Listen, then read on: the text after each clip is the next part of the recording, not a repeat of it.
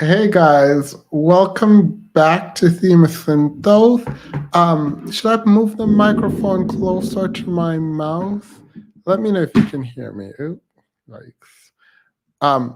Let me know if you can hear me.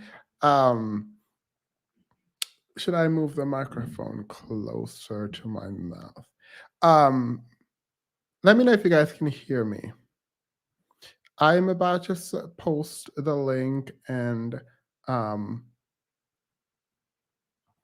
you startled me. I'm sorry. I'm sorry, Erica. Hey, Yazi. Let me post this link for you guys. Um, do not click the link yet. I'll tell you when to click the link. Please do not click the link. I need to pin it, and then I'll explain when to click the link. All right. If you come in the back, I'm just going to remove you because I don't want to pack up uh, fill up the back chat. You guys saw the title. Um, I was going to review the video from Foxhole, but a lot of people have been reviewing it. And not only that, I just got off Sinji's live stream, and they did a wonderful job over there, sort of breaking down the video. So there's not much more I can add. If you guys want a breakdown of that video, let me know, and I might do that on like Sunday or something. But for today's show, I decided I wouldn't because it was just so well done already. Like it, it's I don't think there's more to add. But you can have my thoughts, and I'll probably do that. Um, I'll probably do that and like make it for members only so that members feel like I'm actually doing something for them. And the book we're reading, it starts, I'll start uploading on that for the members next week. So that's that on that. I just wanted to get that out of the way. But we're going to be taught that this live stream was inspired by the Foxhole episode or segment regarding the war on Black men. Now, I want people who agree with the prompt, right? The prompt is there a war on Black men, right? And if you agree with that prompt, you can start clicking the link. If you agree with the prompt, that there is a war on Black men, you can start clicking the link, right? Hey, Uppity. But before we get into that, let me show something. Let me, um, this, this came across my desk and I literally had to bring it to you because I think it is funny. And I like to start this out with fun.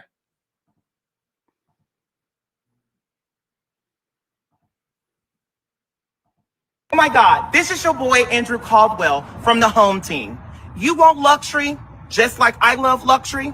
Let me tell you about Jim Butler, Maserati, pre-owned cars. This right here, this Maserati, oh my gosh, something that I would drive and something that I am driving, Levante. Let me tell you about this. Let me tell you about this very special car that I love. Look at the red interior. The red interior, but listen, reason why I love the Maseratis, because of the, look at his trunk. So much space. There's a lot of space in here.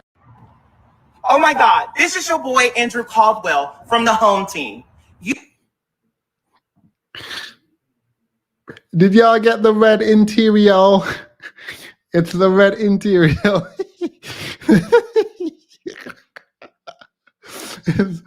it's, it's giving red interior. Period. Period. It's giving red interior. All right. Let's refresh. By the way, I just ran in, and so like I'm a bit discombobulated, but I'll figure it out. Thank you all for being here today. We are going to get into this video. I'm trying to be principled in like ending within 2 to 3 hours because I think going so far over, like it's getting kind of ridiculous now for me, because rewatching them takes so much time, and trying to find clips takes so much time. So I'm going to sort of try to shorten the live stream and say like 2 to 3 hours generally, and see what happens. Now I will extend that time if there's a lot going on. We love the 6 hour plus. Now you actually love the red interior. All right. Uh, hey Sinji, I'll be able to come up soon. All right, good, good, good. You can hit the link when you're ready. I actually was just, I don't know if you heard me initially, but yeah, you inspired, or the segment you did on Foxhole inspired this, because while I'm not going to watch the full clip, and if you come up, we can watch some of it. Um, I do take issue, I think, with just kind of the conflicting messaging that was coming out. Like, on one hand, I recognize the deep need to talk about systems and system in place, but on the other, there is an unwillingness to accept the extent to which subjugation exists. And if you're subjugated, that means a lot of things about your position as a quote unquote leader. And the sort of inconsistency between I am the leader, I am building, I have this, there's just a few of us doing that, and the kind of also victimization of self is obviously inconsistent. So I mean, I actually would like to have a conversation with you about just what happened and how you felt about it generally. So I think that would be good. Like, I actually want to have that. So thank you, thank you, thank you. All right, let me play the intro and then we'll get into it.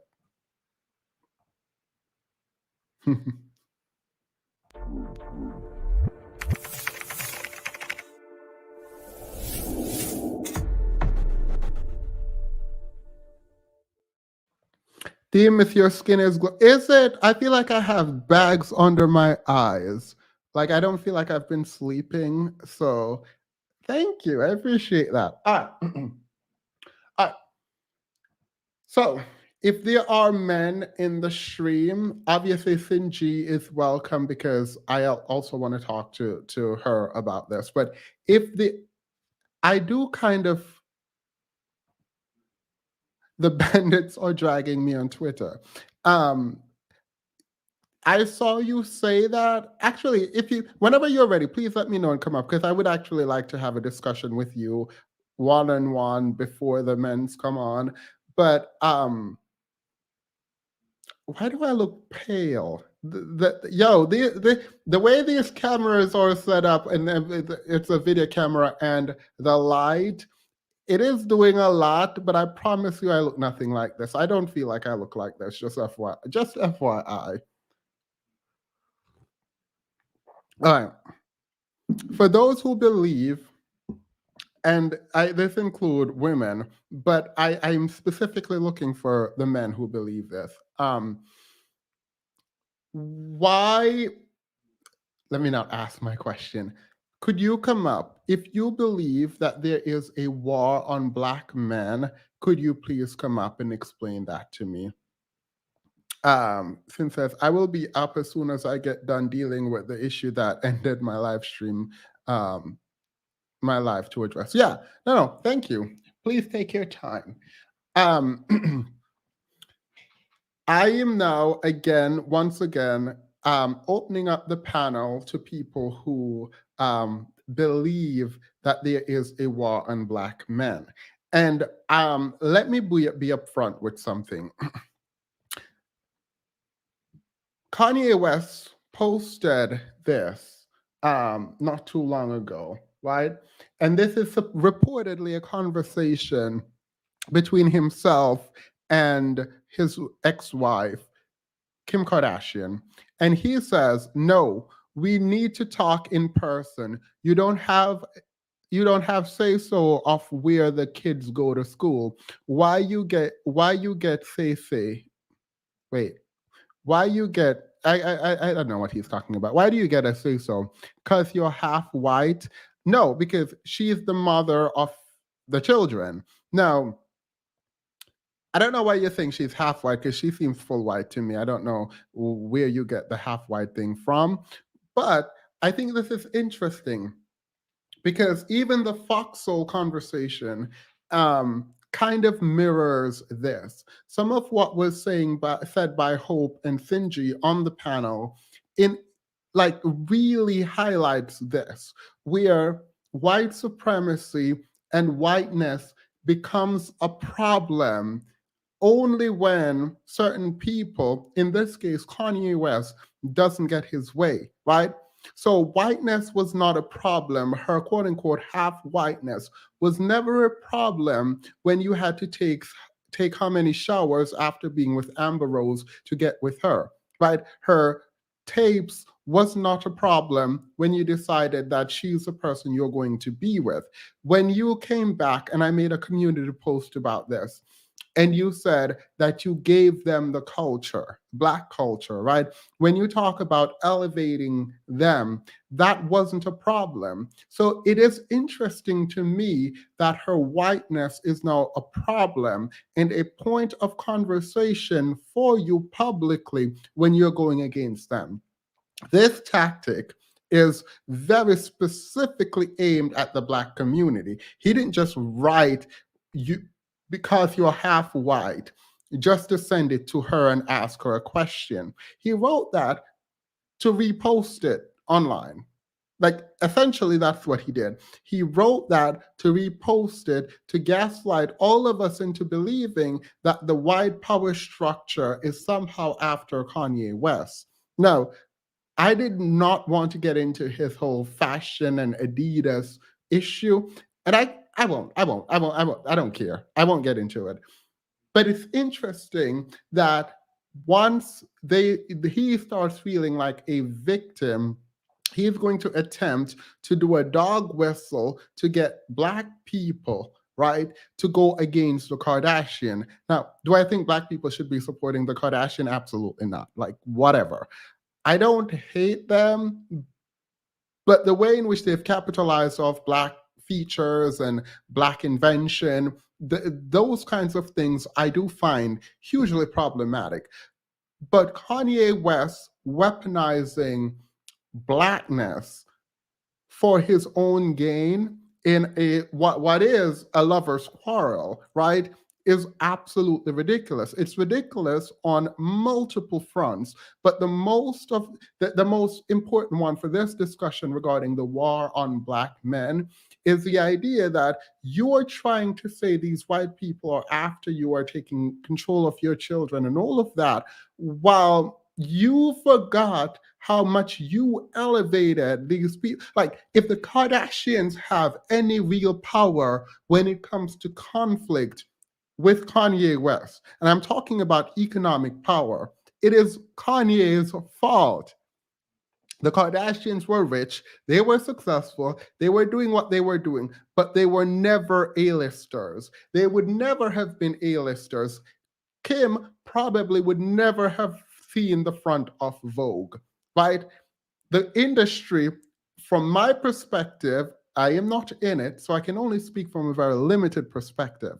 Kim, from my perspective, would have been a C-list at best celebrity who gets all the money in the world that she wants, but she would never have had status. Kanye West legitimized the Kardashian. I don't care what anyone says. You can call me all kinds of names that you want to call me. I don't care. Kanye West gave them legitimacy. He gave them a kind of legitimacy they would never have had but for him and his A-list status, the love that the community, Black community, and also the larger white community had for Kanye West and his artistry. He loaned that kind of legitimacy to the Kardashian. The Kardashians are now A-listers. So now you are upset that you legitimize an entire group of people reportedly Kim is worth over $1 billion now. Yeah, I can have that. You can have that. But it is what it is. You can say Ray J created a platform for Kim to springboard and the family to springboard off of, but that was very limited. I'm talking about legitimacy in the entertainment industry. There is a hierarchy, and the Kardashians were not at the top, they were nowhere close to it. It was legitimized by a black man. So this black man weaponizing their whiteness is ridiculous to me when they were literally irrelevant, but for their show and being a reality star, now they are a household name. Like it or not, they are that. So now I want to have a conversation about the war on black men. Because it seems very peculiar to me that the only time it comes up regarding the war on black men is in the case of an R. Kelly, a Bill Cosby, and now a Kanye West. It seems like when they want to get away with certain things, they remember. Now, I am not going to sit here and pretend like the criminal justice system don't have its issues. I'm not going to do that. But I want a black man listening who said they don't get the chance to speak to come up and articulate those things to me because I am very much confused. Is that you on TikTok? I want to sub to the real you. I am on TikTok. But I don't want to announce my name here because, like, I shouldn't have said this. Now everyone, the, how do I put it? I wanted to grow kind of organically on TikTok outside of like, I mean, it is connected to the YouTube, but I just wanted to see that audience because a lot of people have been sort of describing the TikTok experience outside of YouTube, and I kind of wanted to test what that would look like. Um, so yes, I am on TikTok. There are two. I have a personal account that I have not posted anything on because I find TikTok to be absolutely horrendous. I don't like it. And then there is my YouTube, the Themis and Toth account, um, that I post clips on and I react to like comments on from the YouTube channel and see what's happening over there. But um, I don't know. I find it kind of interesting, but I don't like TikTok. Is the richest black billionaire in America oppressed? I mean, that's what he would have us believe. When they're laid up with their preferences, they don't feel like there's a war against them either. Yeah. So that's the thing. Like all of the arguments about oppression seems to be kind of theoretical and out of scope until there is a issue in the relationship between themselves and the person they choose in the context of a relationship. And then there's a weaponizing of blackness and whiteness, and I don't understand why that is. If there is a war on black men and that war is from white people or white men, then it doesn't make sense that you would then go over.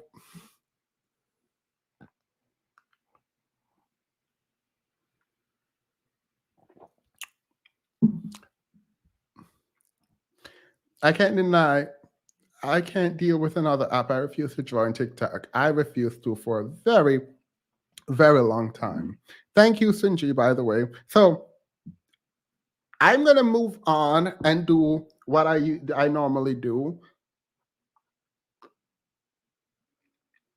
But the panel has been open.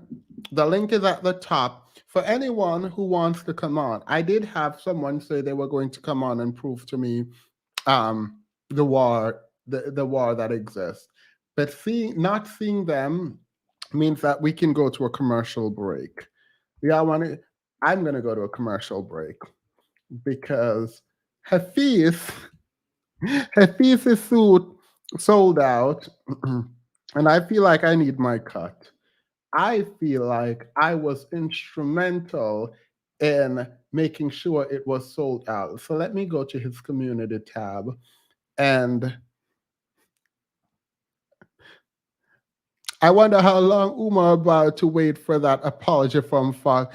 So Dr. Umar was upset that there was a. I don't know this for a fact. I did not look into it, but apparently, the lady Hope, um, was a trans woman, and Dr. Umar indicated that he would have still gone on the show, but he is upset that Fox Soul did not tell him that um, the lady was trans. Now that's interesting because Dr. Umar kept using beautiful and queen or whatever. You know how Dr. Umar talks, right? And the funny thing is, every time he did it, it annoyed me because you can literally have the discussion without trying to butter up the people you're talking to. Just have the discussion. And so, because you found out that this person was trans, you are now upset. Well, you should have been acting professional, but you should have been acting professionally when you were there, and then you wouldn't feel like whatever you feel like now. You wouldn't feel that because if you treated women as your equal, like you said, you claim you're not a misogynist and you see women as equal. If you had seen them as equals and not attempted to butter them up. You didn't do it to the man on there, right? So you didn't say, "Oh, you beautiful, handsome man." You didn't do that, right? So you were doing it to either dismiss or butter up these women. And you were mad because had you known, you wouldn't have called her all those names or whatever, right? The pronouns get mixed up in my head.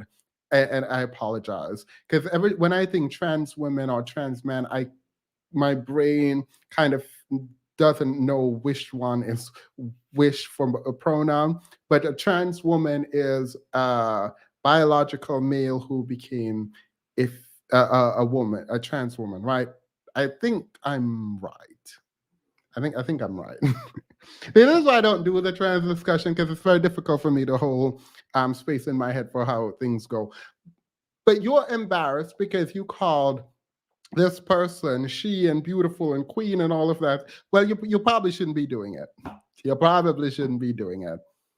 If you were just speaking to people, if you were just speaking to people regularly, then you wouldn't have a problem now. But now you have a problem. You have a problem because you were speaking to women in the way that you do, which in my mind is kind of dismissive. But if you were treating everyone equally, then you wouldn't have a problem, now would you? If you were treating people equal, and if you actually believe men and women were equal, and you didn't have to try to butter them up or do any of that, you would not feel embarrassed now. And if you think someone is beautiful, you think someone is beautiful. You were being condescending. That's what you were. You were being condescending. That's exactly what you were doing. Who said that? 701. Yeah, you're being condescending. And so to find out that she's not the kind of woman you naturally in your mind would talk to that way, it's a problem for you. I don't feel bad for you. I do, however, wish that Fox did tell him, and the only reason I would have liked for him to know is because I wanted to understand what that would have done in terms of the dynamic of the conversation. Obviously, he wouldn't be calling Hope Queen and all of that, right? He wouldn't have done that. But I'm curious as to kind of what that would have meant. And when Cynthia G said the war on black men are caused by black men um, against other black men, what his take would have been. Like, I think it would have been all kind of, there is a willingness to blame the LGBTQ community from pro-black men. There is a willingness to blame the LGBTQ community for what's happening in the black community. I've seen it happen. But I think it's quite interesting. So everyone else can get blamed except the person causing the harm. So I think, meanwhile, Foxhole cannot legally disclose that info to him. Oh my God. All right, wait, let me go to the commercial.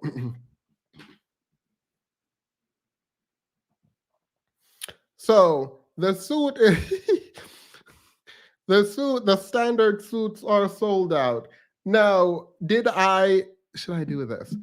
Did I go to their website to see if I could check out? I didn't pay. So maybe if I paid for it, it would have said, you can check out here. But it didn't look sold out to me. Should I go there? I'm gonna go there. I'm gonna go there. It changed. They said join the wait list. So when you go there, it now says join the wait list. But they had a summer collection. Anywho, the suits aren't listed there and it doesn't have sold out in that way. So it's really weird that anywho, let's go to the commercial because that's what we came here to see. We want to see the commercial break. Yo, what's good, fellas? Let's get right to it. Here to give you guys the most value possible in less than 5 minutes. What is the single most important thing that has led to my success and the success of so many men? Before I answer that question, I want to show you a picture. For most people, they have no idea who's in this picture, but it's two very important people in this picture. The first person is the person I'm taking this picture with. His name is Steven Piskowski. Steven is my oldest friend. I've literally known Steven since he was born. My family moved to a house in Staten Island, New York when I was 1 year old. And 3 years later, Steven's family moved there and he was born the following year. So he is one of my oldest lifelong friends. He works at an amazing gym in downtown New York City. And the person behind him is another one of my oldest friends. His name is Cortez Johnson. I've known him since he was 14 years old when I moved to Atlanta, Georgia after leaving New York City. Cortez works at one of the top law firms in New York City. So it was super amazing to be able to connect with both of them when I was in New York for the standard event.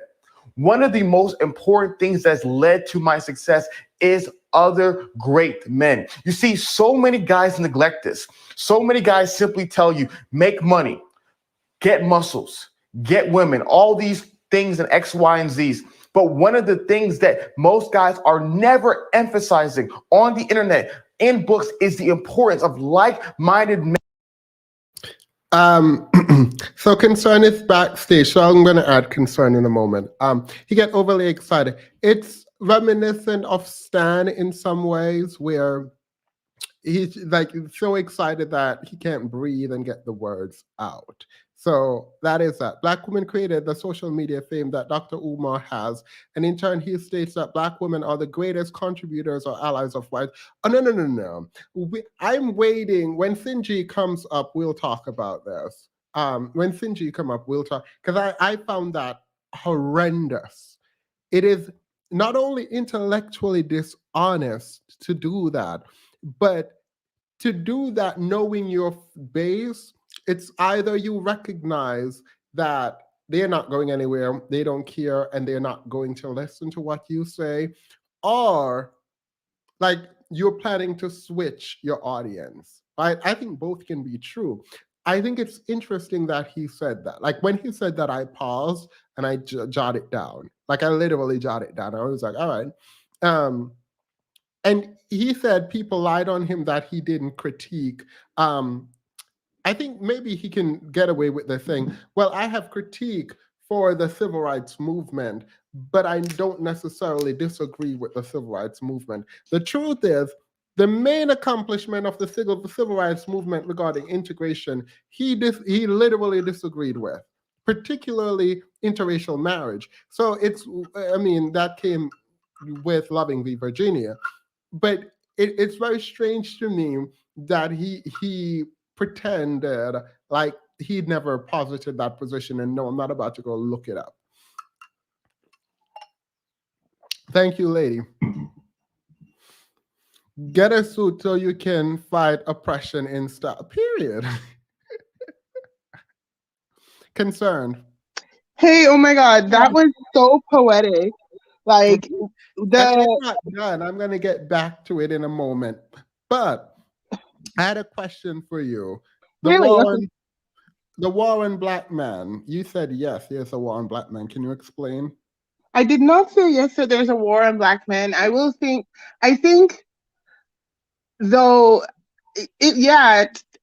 it's really embarrassing because these grifters will grift. Like, I feel like Dr. Umar and Hafiz are on the same level of grift. It's just in different ways because Dr. Umar, his audience is mostly female more than likely.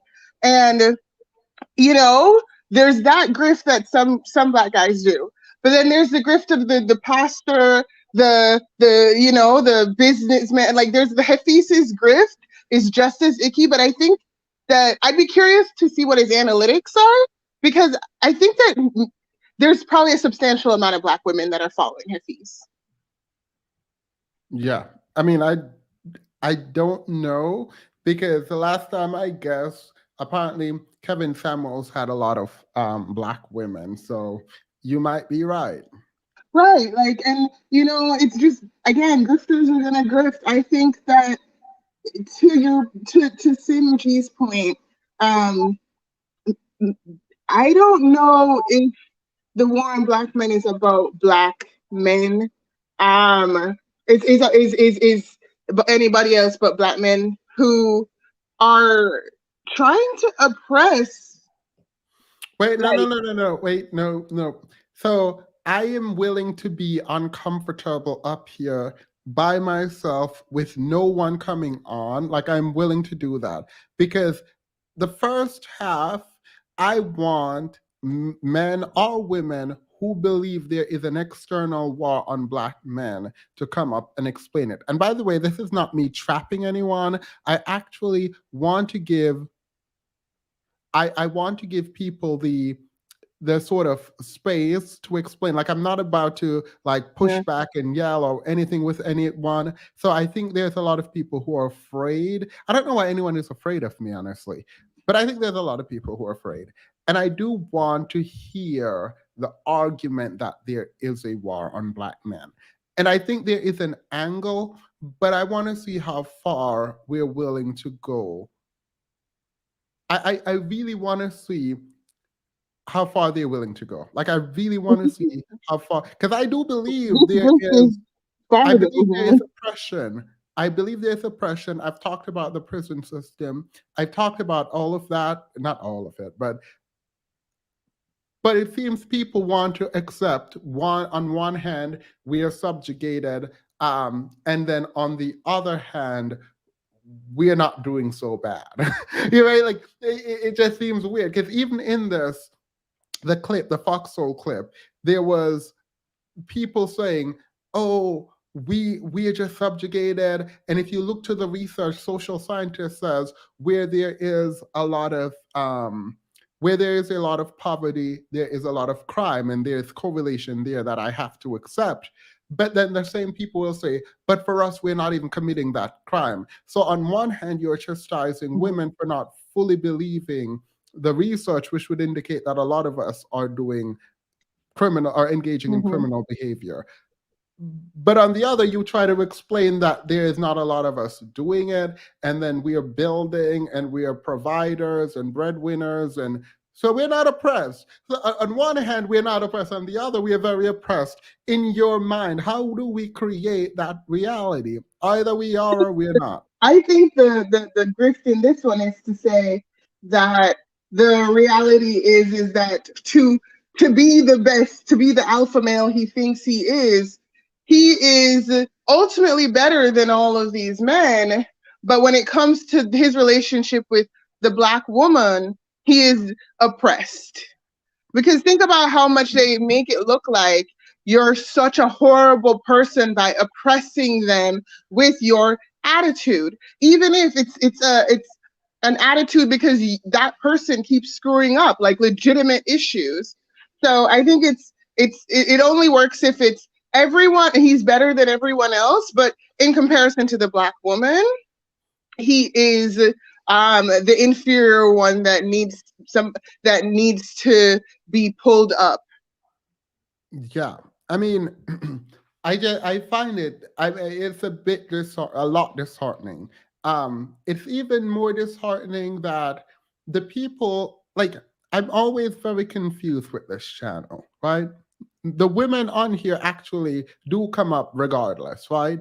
But the men only, like, You want me to test something? You want me to show you how terrible this is? Even after I say it, I'm going to do it and it's still going to work. I'm going to make a stream titled Let's Hold Black Women Accountable. And I'm going to pretend on that stream that I'm listening to black men hold black women accountable. Literally going to name it that and watch what happens. That's So dark. it is the appetite. Like, people can be mad at content creators all they want, but I think there is an appetite for a certain kind of content. And I know, because I see my analytics, and I know that there are more men on my channel now than there has ever been in the entire existence of my channel. I also know these men are watching because they're emailing me, DMing me, and messaging me to figure out how we can converse, either Zoom or FaceTime or whatever they want to do offline. No, I'm not about to sit there and talk to you offline. It's not going to happen. If we're having a conversation, it is going to be here. So if you're too afraid to do it here, then you might not want to be able to stand, might not be able to stand in that which you believe. I think that's what it is. Mm-hmm. I think it is. And I think that, again, it's an inferiority complex towards Black women. They have an inferiority complex with Black women. And if we really think about it, like, they love to call us alpha, but the first thing that they do is start whining and, making it look like she's being mean to him. So so she deserves whatever happens. Because when R. Kelly did what he did, when Dr. Umar is trying to hit on, a white woman, after he only touched his dark soil or whatever weird sexual innuendo he's gonna have, like, it's so strange how they think that, they're supposed to be better than us, but they're resentful that we might be a little bit better than them in terms of identifying the ways that they're not growing up. You know what I mean? Yeah. Let me see. D Noir. Hey, Themis, can you hear me? Yes. Hi, how are you? Doing well. How are you? I'm well, thank you. So I do believe that there is a war against Black men, but unfortunately they're losing it because they don't know where the war is angled at. And they are fighting their own teammates. The war, as much as they tell Black women that, you're masculine, you're not feminine enough, all these different things. Wait, one second. I don't know where concern went. Did I interrupt you? Were you backstage for a while? Me? Yeah. No, I wasn't backstage for a long time.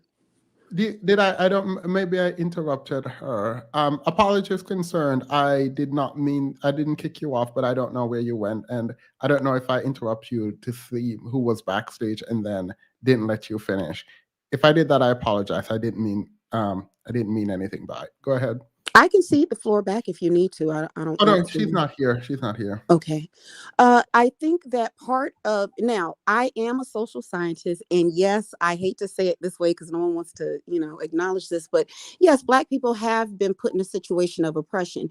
If we know that the system has been built to sustain white superiority, then we should understand that there are systemic issues that we must address.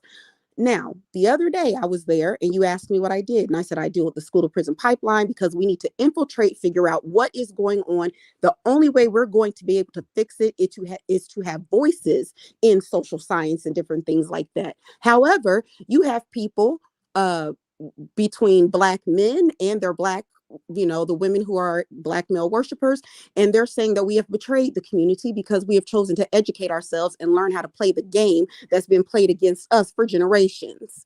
So the war, yes, there is a war, and there's a war against Black women, and there's a war against Black children. At some point, you need to realize that and figure out that you're not going to be saved between the thighs of another man's wife or another man's woman. You're fighting the war with your penis without realizing that they weaponized your penis against you from the first time you hit the shores. So, yeah, okay. I No, just no, no. want. I was, because the thing is, I was going to say, but I don't think it's possible. Hmm. Like, I was going to say, is it possible to have the conversation without um talking about who are the preferences of Black men? I don't think that's possible, actually, because I think it's fundamental to the conversation about the civil rights, integration, marriage Hmm. rate, Black family. Like, it, because even relationships are uninterested to me. Like, I'm not very interested in the relationship dynamics of people, but Hmm. you cannot divorce that from community building. Literally impossible, right? Hmm. So I do actually understand why that part of the conversation is paramount, actually, to the discussion. So I won't even I apologize for stopping you. No, I think I was going on a rant, but I just really feel like I would really love for Black men to understand that we're in the fight for saving a community that has been now again, back to the point of social science. Social science has always painted Black people to have deficit, what a culture of poverty, all these different things. But what people fail to realize is that's because that's what they're putting out on media. There's a lot of crime within rural communities that have a lot of poverty as well. But because they are inhabited primarily by whites, you're not going to hear about that. Yeah. So one of the things is to say that there is an innate criminality to Black people or the Black community is wrong, because one of the things I talked about with the violent crime course, I told them, if I thought you said that violent crime only took place in the hood with Black people, were you not seeing Rebecca in Orange County fighting Susan over toilet paper? So, to me, the pandemic was a glowing example of what happens when resources are strapped, but they excused it for other communities, and it just, yeah. So that's all I want to say. That yes, there is a war. There's a war against Black women, against Black children, but sadly, it's not many men that are understanding the gravity of the situation. They're fighting us instead of bearing down and proving themselves as men. Now, not all men, Yeah. but I just, you need to understand who's the enemy and who's not. And Black women are not the enemy, Yeah. or the children. The I actually, I'm definitely coming up in 15. We are more likely to have an honest discussion here than on Foxhole, LOL. Hopefully. Thank you, Dinor. Thank you. I will talk to you later, Themis. I'm back in the comments. All right, bye. There's some people behind, and I'll add you guys in a moment. Back to my sort of annoyance. Every single time, we made a stream where we were talking about how well Black women were doing, and the men came in full force to humble, right? We were talking about Black women's education. We're talking about Black women building. Every time I do a video or a stream where we're celebrating Black women in any way, 1,000,001 black men show up to check Black women. And now we're doing a live stream to talk about what is this war on Black men. And this is when it's empty. Like, we don't find Black men, right? So I find that really interesting, because the truth is, this live stream can be more fun, right? If I just talk to women who come up and we just discuss what's happening, because I think the frequency would be such that it's very pleasant and we can hear it. But I don't really care about the fun and pleasantness of the stream. I am looking to be educated. And the education needs to come from people who believe this, but the people who believe it seem to not want to talk about it. So that's quite interesting. I was going to actually do this live stream where I just sit and review the video and talk about my perspective and what the research shows and all of that, and be sort of, I mean, expressive, I guess, in what's happening. Instead, what I decided to do because of watching Sinji's live and they're already doing most of that, I decided, you know what? Let me allow people who believe this to come on and explain it to me, as opposed to pretend like I'm the I know it all. So I mean, it's quite disappointing. It is very disappointing. Can we please stop pretending like black men don't know what's going on? They understand, they don't care. They will do anything to undermine and humble black women. Yeah, yeah. I'm not pretending. I know full well, I believe that they know full well what's going on. I do.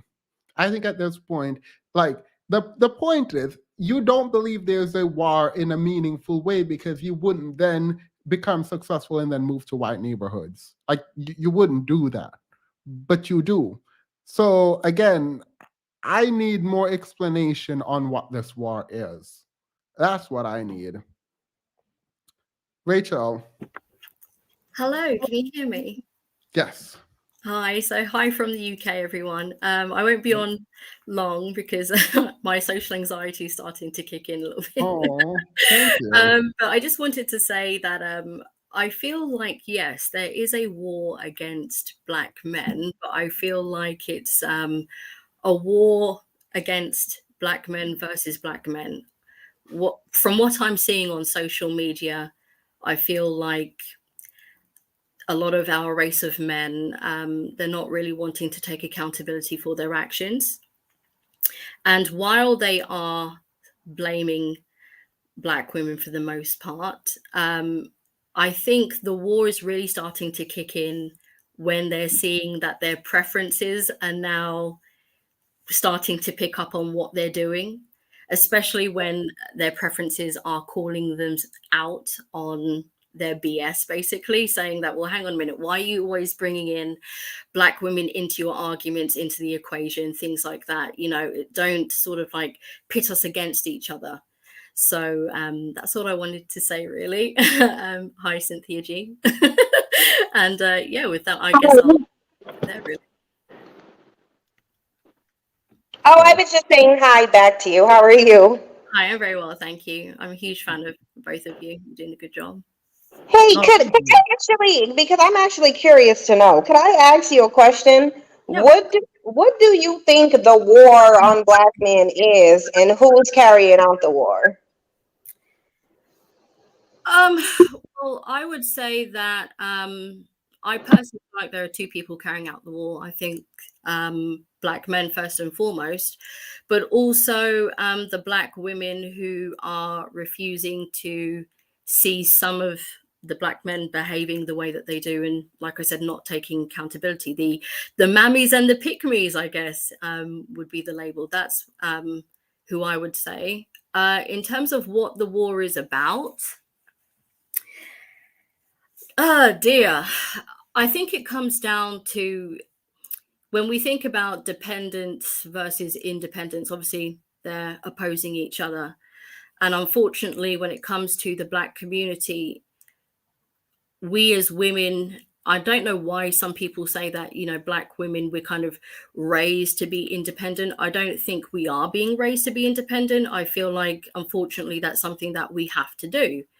And because that's the opposite of dependent, in order for us to be dependent on a black man, he's going to have to actually be in the home, which is clearly something that he doesn't want to do. So unfortunately, with that yin yang balance that we're all blessed with, I kind of feel like there is an imbalance that a lot of black women go through. We're sort of in that masculine energy more so.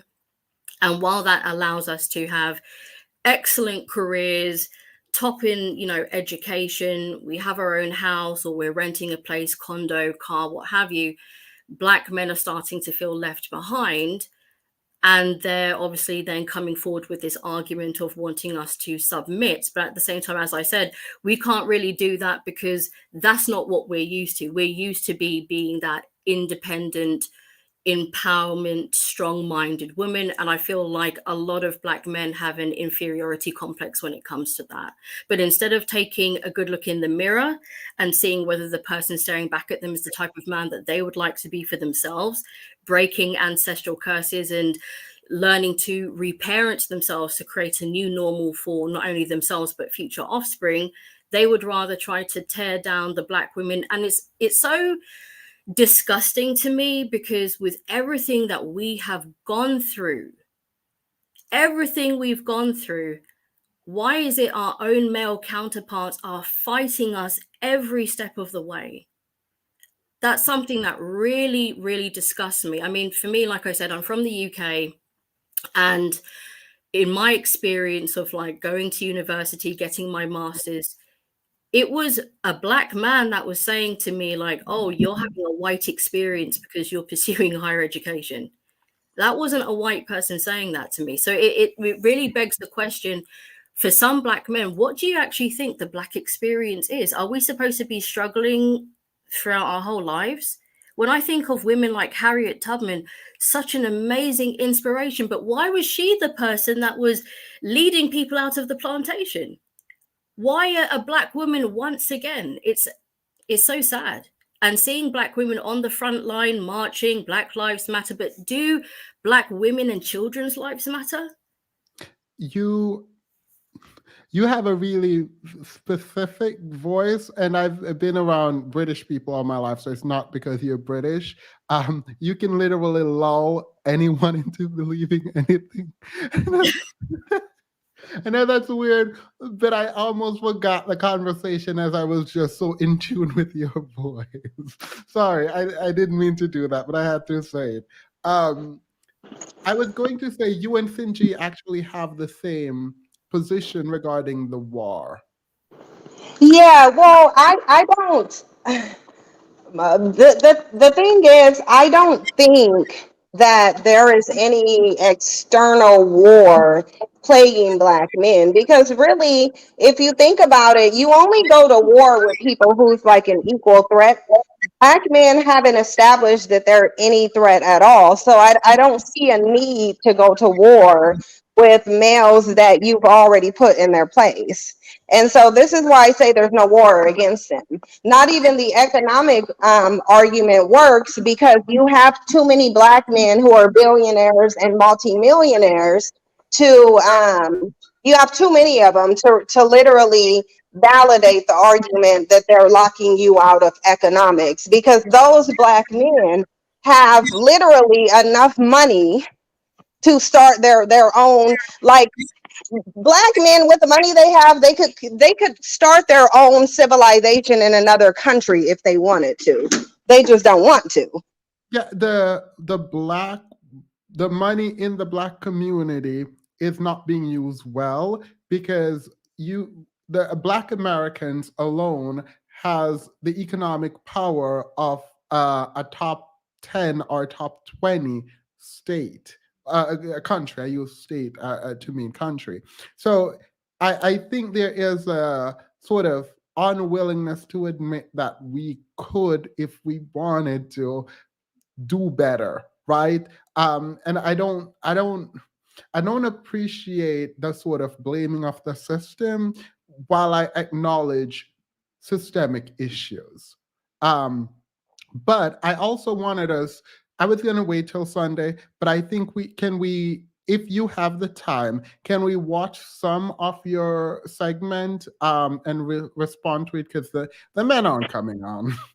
And so we might as well just have a conversation.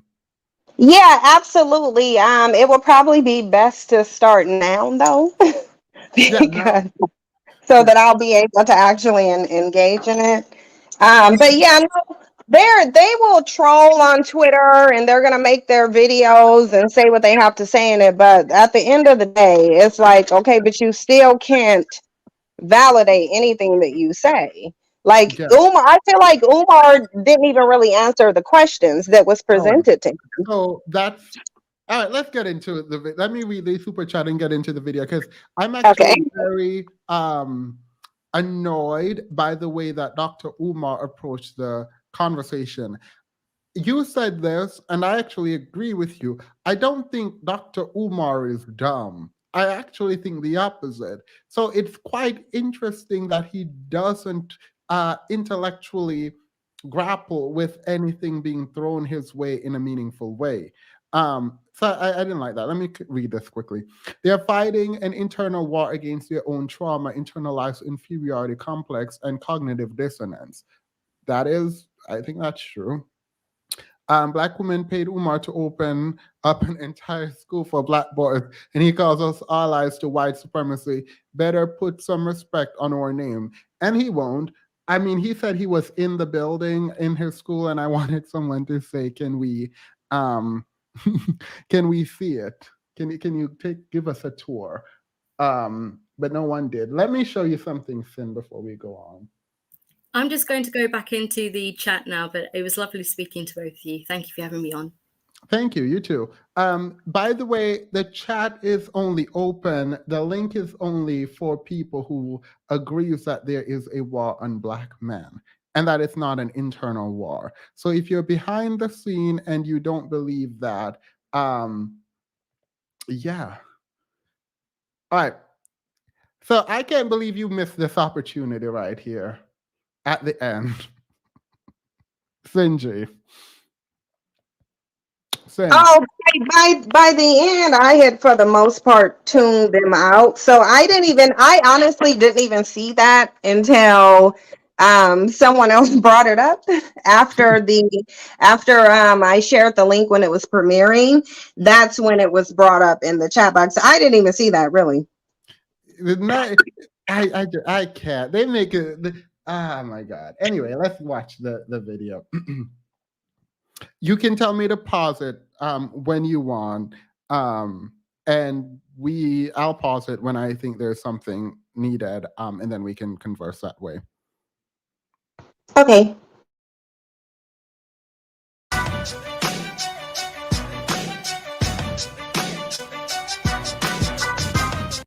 As much as they could. When did that physical and psychological warfare against Black men end? Or is there a war on Black men to this day? The business of being Black today is the war on Black men, or not. Please welcome author and activist Hope Giselle. Hi, Hope. Hi. Doctor of Clinical Psychology, Dr. Umar Johnson. Hi, Dr. Umar. Black Power. Radio personality and family advocate, Dwan Brown is here. Hi, Dwan. Hello, hello, hello. And influencer and YouTuber, Cynthia G is back with us. Hi, Cynthia G. Hi, how are you guys doing? I'm glad to be here again. I'm ready to go. Let's go then. I'll do exactly what you tell me to do, and that would be go. Now, this question may seem rather odd and unusual for the title of this show alone in terms of, is there a war against Black men? But the question is always asked here on the business of being Black because, well, it is the business of being Black. So why should Black people care if there is a war on Black men or not? Cynthia, you kick it off. So I first want to say there is a war on Black men by other Black men. And for that reason, I do think that we should care. I think that the perception of who's going to war against a Black man is going to determine where our energy is directed. And I think it's counterproductive to focus on the group of men who are terrorizing the Black community simply because they're being bullied. There's no war against them by other people. They're being bullied by other groups of men. So that's why we should care. Dwan, why should we care as Black Americans if there's a war out on your kind, being Black men? We should care because Black men are the breadwinners of our society. And what we've seen, especially over the last 50 years, is the job. So when he said that, don't laugh. Why are you laughing? I hear, listen, I never heard no Black man say that Black men were the breadwinners of the community. I've never heard that in my entire life.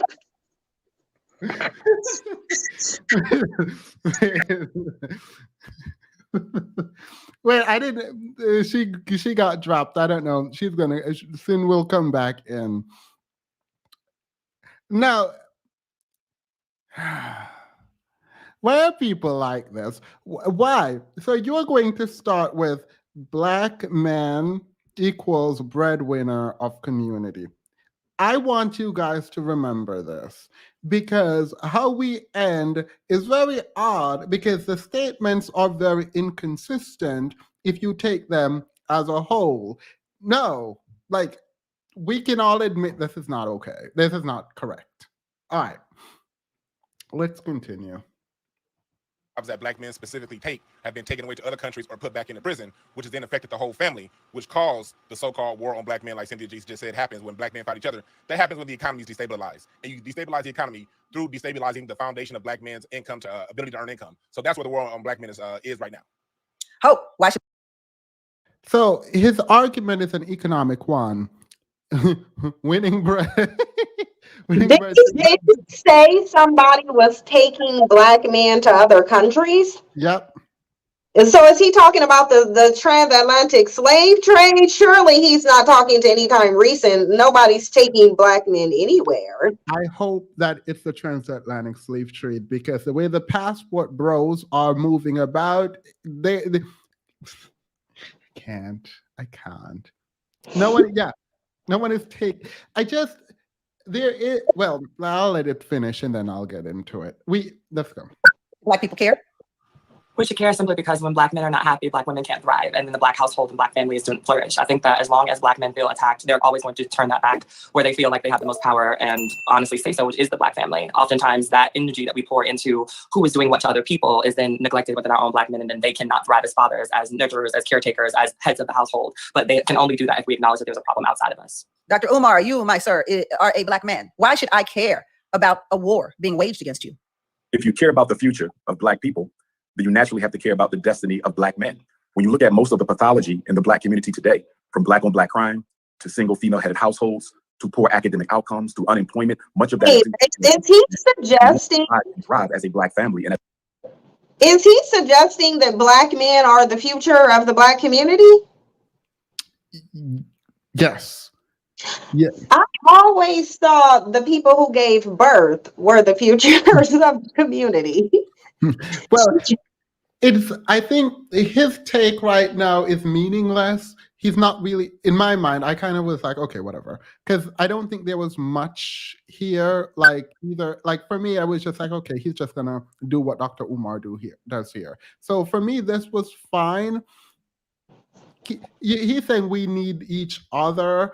And my question wouldn't be, do we need each other after that? It would be, okay, who is the one dropping the ball? And how do we address that? That's what I would have said. But I'm not, I was not hosting this. Oh yeah, and really, I mean, it's very structured. I don't know if y'all can tell when you watch it, but no, it wasn't on you. It was on the host to be taking notes, to ask questions. Mm-hmm. Yeah, no, I realized they were very structured, and I do like structure, but you also need to ask the right question if you're going to be that structured. You have to have the questions. Yeah, you do. And I don't dislike the host lady, Tammy, I don't know her name, but I don't dislike her. I think she is very specifically pro-black and black men. I don't know her, but that's what I read. And that's fine in my mind once you are correct in your statements. But she's going to bring up some studies, and I'm no. Yeah, that CDC study, they have to stop using the CDC study. Yeah. Have to implement solutions for black men. So Cynthia G says that the war is waged against black men towards black men. So everything that you just listed, Cynthia would suggest that is the fault of the black man on his own. And I would disagree with that. All of the problems that black men have were introduced by the white power structure. We do not control the school system. We do not control the criminal justice system. We do not control the economic system. All of the problems that we struggle from were introduced by the white power structure. Black on black crime is a byproduct. It is a second. Okay, so this is where I've always had a sort of issue with my own philosophy, and then I came to terms with some things. I get that there is a correlation between poverty and high crime.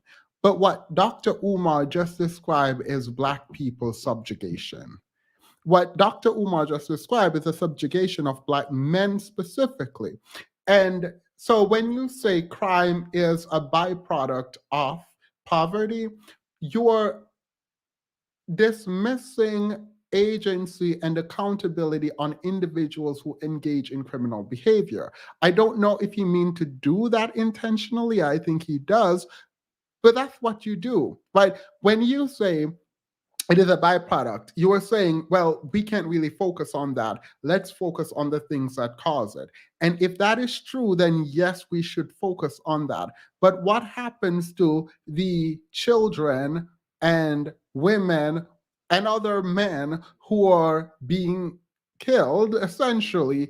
Like, what do we do? Do we say, okay, we can't do that until we fight and win against white supremacy? Like, is that the solution, to ignore the horrendous nature of what is happening intraculturally until we fight and win, which we are probably not going to win white supremacy? You know what though? When Dewan speaks, and I just realized this, when Dewan speaks and says that there's not a lot of black men, it's a tiny amount, he literally invalidated what Umar Johnson said. Because it's like, how can you say the poverty is causing it? Most black people are in poverty, but most black people are not committing crime. So Dewan invalidated everything he said. So we watched this together as a group, and we were messaging each other, and I laughed when it happened because I said just that in the group message. I said, he is invalidating what Dr. Umar says, and Dr. Umar is going to point to research and say, you, Sin, are invalidating the research, and how dare you try to speak for the research. But even Dr. Umar kind of agrees with the man on the panel. So is the research correct, or is it that just a few men are doing this? They are both not correct. If the research is correct, there should be high levels of crime by a lot of people within a community that is impoverished. Are we going to accept that or invalidate that? Yeah, you're right. You're completely right on that. Umar might be able to advertise for the Standard. If you care about the future of Black community, you have to care about Black men by the Standard. No, I'm sorry. I think I interrupted you. Go ahead. The funny thing is, Dewan specifically was all over Twitter talking about how they got us together and made us look like clowns. It's like, no, you actually didn't. Like, I don't understand I don't understand their perspective of winning a debate, because to my knowledge, you win a debate by presenting the most accurate information to support your argument. You don't win a debate by simply saying stuff.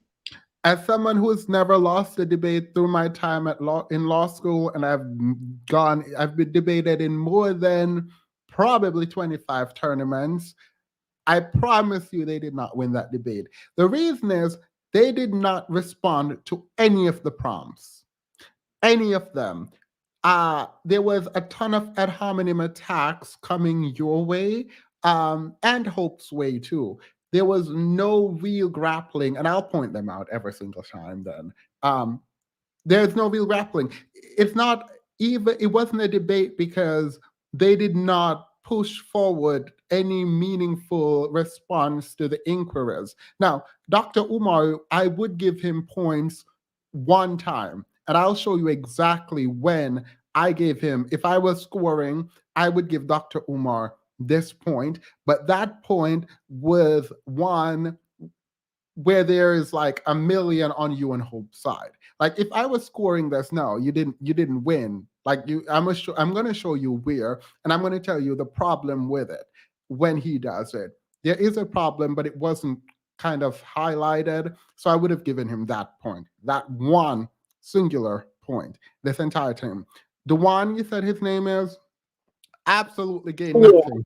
In fact, if I were on the same team as him, I would be very upset, and I would tell him, please do not come on with me anymore. I don't want you on my team. Because even though Dr. Umar was deflecting a lot, Dr. Umar at least deflected well. The Dewan person just didn't. He was not even, like, I feel like everyone else was just way too, it was above him. Like, he did not have the range to engage. That's my opinion. Take it or leave it. Dewan was just not it. They act like someone has a gun to their heads, forcing them to be degenerate. They introduce drugs and white supremacy, and black men participate willingly. Mm-hmm. Let's continue. If you're in the back, I hope you're only in the back, and I'll add you in a moment if you agree that there's an external war on black men. And influence of the white power structure against black males: stress, depression, fatherlessness, unemployment, miseducation, lack of economic opportunity. I was going to ask how fatherlessness is not specifically black men's problem. Like, I'm not going to do it right now, but let's continue. These are the ingredients that contribute to black on black crime. You cannot do an effective and accurate analysis of black on black crime until you first do an effective and accurate analysis of white on black crime. Cynthia G, you say what? I say this is the typical Black community's dishonest. I'm going to blame everything on everyone outside of the Black community and ignore what Black men are choosing to do. The reality of it is the system is not making Black men do anything. Whether Black men have schools where they can send their boys to is up to them. Whether Black men just choose to educate themselves so that they're qualified for positions that will give them the income they need to support their families, that is on Black men. Nobody's forcing Black men to walk away from their children. Nobody's forcing Black men to murder Black women every 5.5 hours. Nobody's forcing Black men to abandon their children, publicly display how they don't like or care about their children. No one's forcing Black men to do anything. And I think it's a great disservice to pretend that someone is forcing Black men to do things rather than to put the accountability where it needs to be, which is Black men. If they have an issue with the system, they should have addressed it a long time ago. You don't get to complain that you don't have any power in a system that you didn't fight to have power in. You fought for assimilation. You did not fight for equality. That is on you. I think we're making excuses at this point. Facts over feeling. You said there's an external war on black men. Explain. Facts over feeling. You said there's an external war on black men. Right. Sorry, I removed you. Passionate Bliss. Hey, I do want to acknowledge that there is a war, I think, on black men. Well, I'm going to rephrase it and say not in a war, but an attack. A war indicates that somebody's fighting back. Black men have not been fighting back. So I'm going to say there's an attack on black men. We can't deny that there's police brutality against them disproportionately. We can't deny there's racial profiling against them disproportionately. We can't deny that there's a lack of opportunity for qualified black male in preference for whites who are less qualified. That's a fact. We can't deny that there isn't a disproportionate school to prison pipeline where the black men are receiving harsher sentences that white men are not. So I feel like, while I agree that they're just laying down and taking it, I agree with that. But the fact is, we can't pretend like there isn't an attack against them when there is. And black women, while we suffer the same effects of white supremacy, we're not being attacked the way they are in that way, as far as police brutality, racial profiling, denial of opportunities, prison sentences. We're not being affected the exact same way they are. So I'm willing to go ahead and say that and acknowledge it. And I'm going to give them that. But at the same time, I'm going to say, you still don't have to lay down and take it the way black men have been laying down and taking it. But there is an attack on them. We can't really deny that. I don't really think there's an attack on them per se.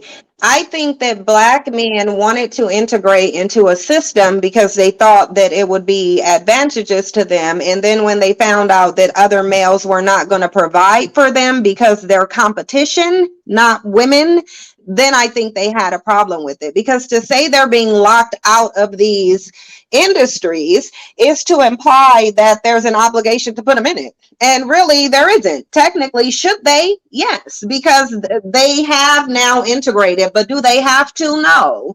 At the end of the day, when we weren't integrated, there was no expectation that outside society give us jobs or put us in school and all these other things.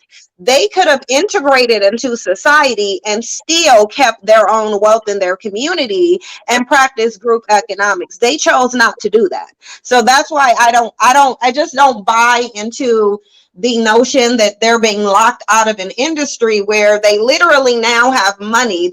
Like how many black people can Jay-Z and what's that dude's name, Byron Allen? How many black people can they employ?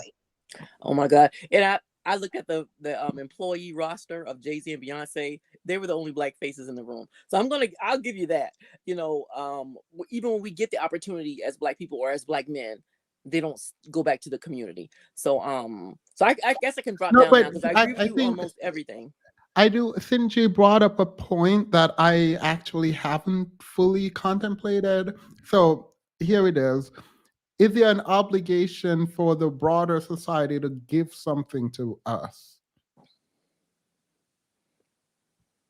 I don't think there is. Not at this point. I think right after you were taken off the plantation, there would have been a better argument for that. But at this point, look, white society did not ask to integrate into black society. Black society forced integration on white society. Now, they ultimately allowed it after Brazil wrote to them and told them that they need to stop segregating them because all they're going to do is increase their population. But then once Brazil said, hey, integrate them, they'll lose their sense of blackness, they'll love you more than they love themselves, and they'll actually create white children instead of black ones. That is what black men did. When black men integrated, they went right along with the plan and the reason why they were allowed to integrate to begin with. So for that reason, no, if you force yourself to be integrated into someone else's system, then you take what you get out of that system. It's just that simple, especially when you already know what type of system you're trying to integrate into. And would you wait? There is no external war on black men, but I do agree with Umar that black women are the largest, or at least a substantial number of contributors to white supremacy. I think Sunny is going to say by having them. I think that's what Sunny is going to say. I think that's a very dangerous, dishonest, and black male worshiping comment to make. How are the males in the community who are literally creating the next generations of so-called white supremacists, how are they less of a contributor than the women who are not? Yeah. Like these dudes in 2 generations are literally creating white people. Nia said, I'm denying it 100%. Finn, would you also say that in terms of interactions with the criminal justice system, that black men aren't disproportionately sort of imprisoned and get worse sentencing? And do you think that is a product of integration that we should deal with in terms of like we shouldn't care because we ask for that integration? I think you should care, and absolutely there's obviously there's disproportionate. Nobody is going to deny that black men are locked up disproportionately, obvious, but does that substantiate a war? No, because a war implies that both sides are willing to fight and both sides have equal chances of winning. One, black men don't have an equal chance of winning, and number 2, they're not fighting back. So there is no war. There just is no war. We can throw war out based on that. By definition, there is no war. But right. I think black men, we should care. I think they should care enough to challenge the system. But I don't think black men really care about mass incarceration. I think they use it as an excuse, because if they did, they would do something about it. Well, I mean, I don't want to say that's what I'm getting now, because I don't know who said it. It's either you or Hope said it, that the only time this comes up is when there is an issue and a black person, a man in this case, wants to point out that other men benefit and they don't get locked up at the same rate. Or so it's usually said in defense of someone who did something bad. I don't know who said it, but I thought that was a great point. That is what I said. The other situations that I wanted to say, but we literally have a timer going back there that you guys don't see. And let me just tell you, there's literally almost 20 people on that panel. Y'all just only see like 6. You only see like 6, but there's literally like 20 people on that link.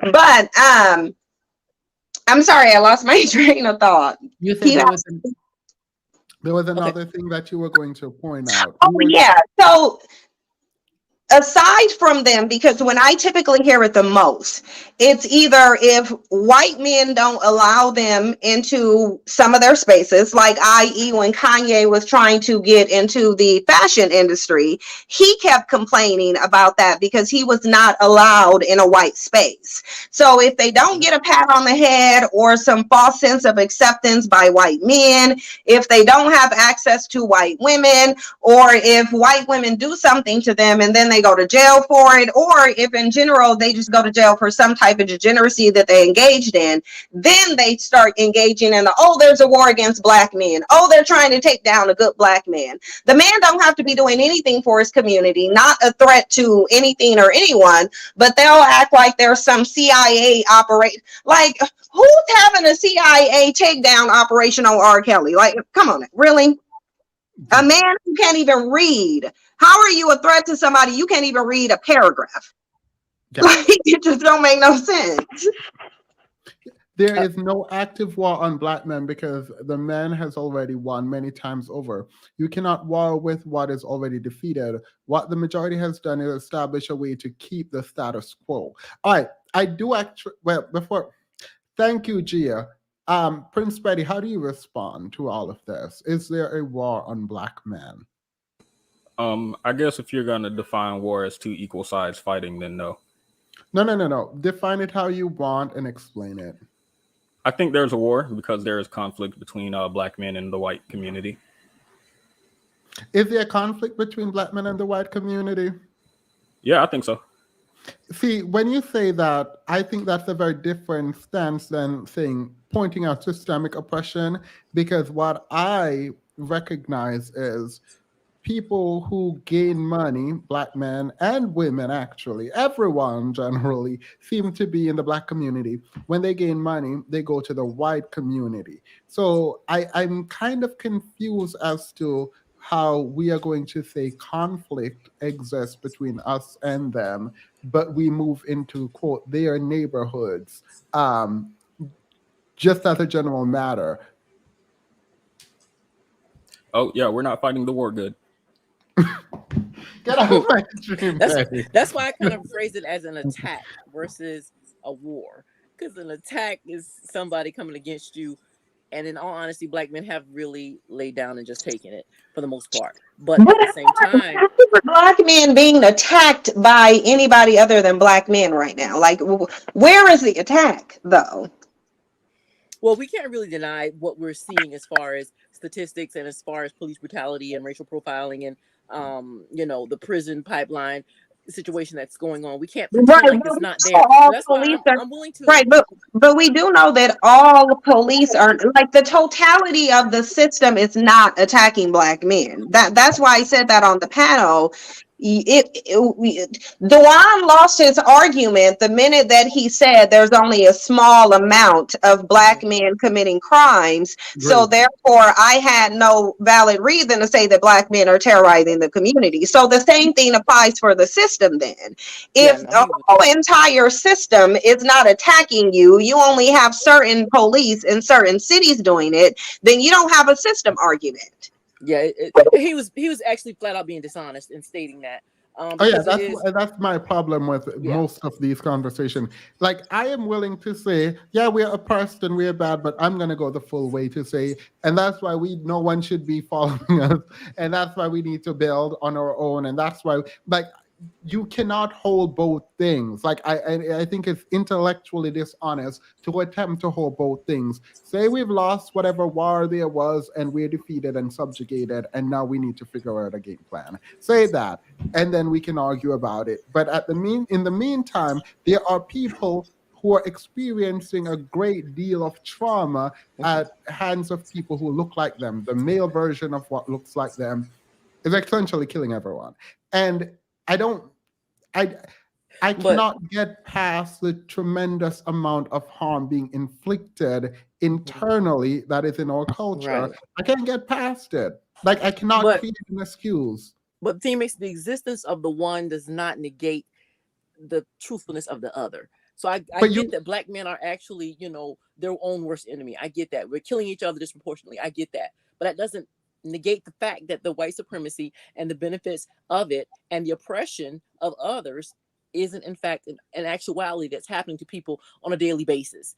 And so I guess I can drop down now, because in every other aspect I agree, but we can't pretend. And that's the part that gets to me, is that I don't want to pretend like it's not there, like it's not real, like the police brutality. It's a nationwide thing. It's not just one state or one, it's not a small group.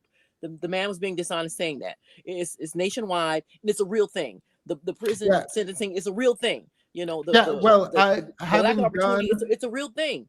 So having done a lot of my work on criminal justice system, right. I am not about to deny that, but I'm going to figure out what to do with it. So I'm not, that's why I asked G, who said, look, we asked to be integrated. This is what integration looks like. And it also looks like we are, like one of the guys said, oh, the Irish and the Italians, I think he said, and whoever else were given money.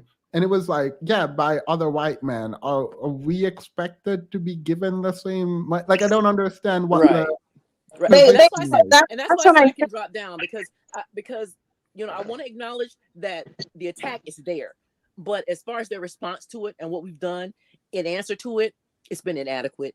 It's not even really been a wholehearted effort to resist it. We've laid down and taken it. As far as Black men in general, they've laid down and taken it. So that's why I said I can drop down, but I don't want to have us sit here and have nobody say that it's not real, that it's not present. There isn't an attack. I mean, it's interesting that you are doing it, because I want the men to do it, but right. Gotcha. I like, even for a white person to come over and say, yes, systemic oppression exists and we should do something about it, I'm not about to push back against that. I'm not about to push back against a woman doing it either. I want to hear what Black men have to say about this. Like, that's what I want to hear about. Like, but Sunny, before you go, you said something. Since you responded, I'll give you the time to respond, and then we can move on. Okay, I just wanted to come up and explain what I mean when I say that Black women are a big contributor to it, because Umar kind of proves it. Most of his following, at least a majority of them, is women, Black women. We're supporting their inadequacy. We're supporting their failure. That these men are or have big platforms because Black women are supporting them. They talk about white supremacy all the time, saying white supremacy thrives because nobody's fighting against it. Well, you're not fighting against it. We're supporting you not doing it. So we are contributing to the failure of them by our support. I agree with Sam. Take it away. Either they sink or swim. Let them do what they got to do. Because whether they sink or swim, we still gonna be the same people anyway. But take it away, because we are supporting their failure. I think this is interesting. I disagree with you. I agree. I actually agree. Oh yeah. Well, I disagree with it. Here's why I disagree. It would be inconsistent of me to point out that the men leaving women to be baby mothers are to be blamed more because they're the one who do the act, and then blame women supporting men who do the act. Now, I think the support is still bad, but I cannot with good conscience say you're supporting a killer is just as awful as the killing. Now, it's still awful, but the person who does the crime or does the behavior, get involved or do whatever, I would blame them more. So I wouldn't use biggest. I mean, you can do it still. I'm not telling you what to do, but I wouldn't use biggest, because then you. Isn't it? But the thing is, don't, if you aid in the commission of a crime, aren't you seen as just as responsible as the people who are committing it? You are, yes. And so I think she was coming from that point of view.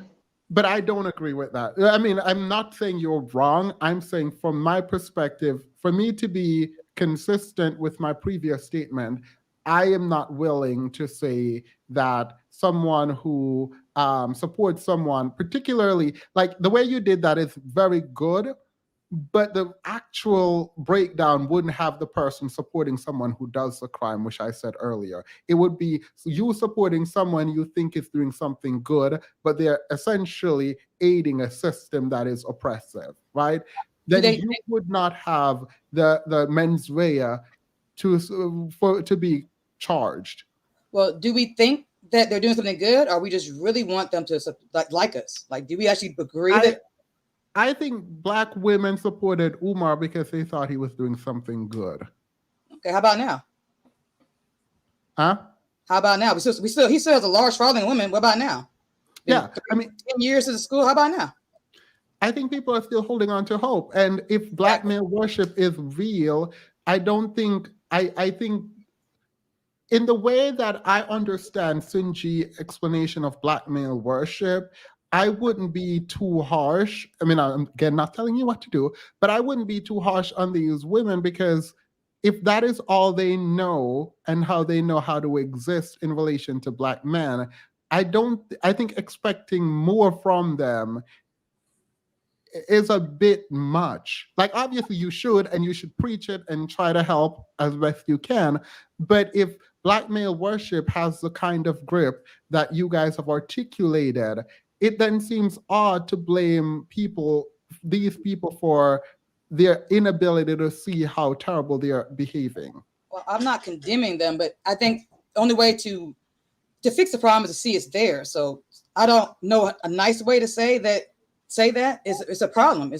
It's a big problem. So I don't know if a nice way of saying that would even have the same effect as saying I'm not telling you to be nice. I don't tone police. I think it's important to speak your truth and be honest. And even to the extent that I disagree with Sinji about the one aspect of selective reproduction, I'm not about to debate her on it, because I think maybe this kind of conversation is necessary in the arrival process for women. I don't know.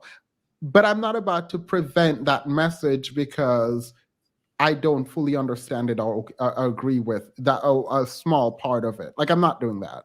I just wanted to come in and explain myself. I mean, even Umar actually supported selective breeding without even mentioning it. He said literally that it took white men to realize that other ethnicity of white was attacking each other. They saw white men saw other white men attacking each other, so they gave them resources. He's telling Black women that if white men don't do the same for us, we're going to run them up. He says it's tied to poverty. We're killing each other because of poverty, and we're not going to do anything about it. We need white men to do it. We're going to still hurt you. He's saying selective breeding too, because he said we're going to still hurt you till a white man say, here you go. I can also make this concession, and we can end this part here.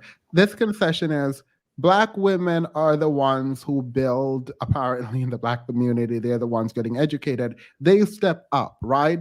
So if you put the responsibility of supporting and preventing men from being able to access resource, Dr. Umar, on women, then maybe things will change if maybe it's easier to convince women to either support or not support, because at least they will listen, right?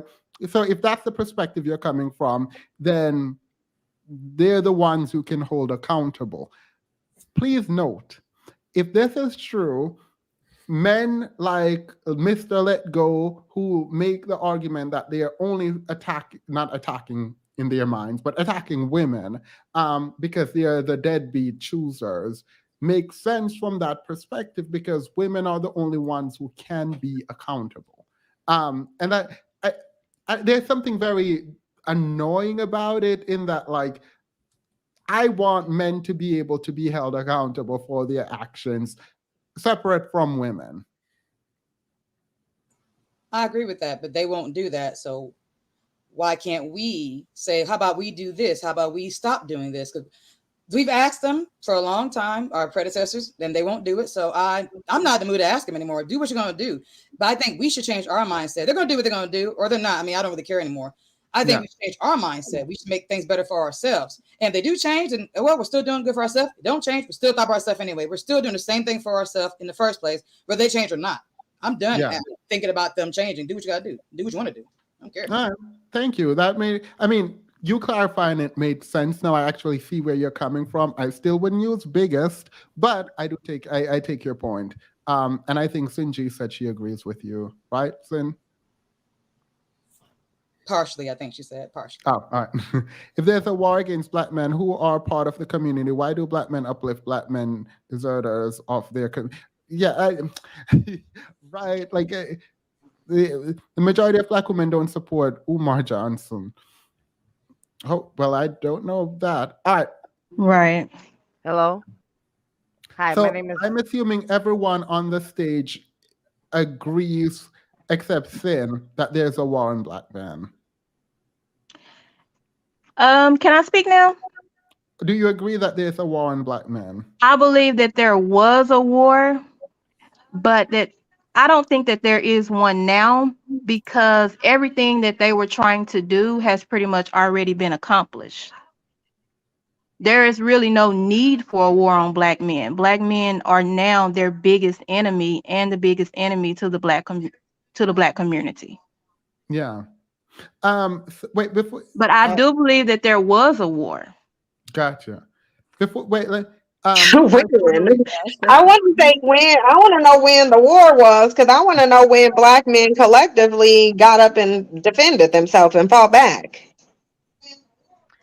Well, Hi. that is a good way to look at it. I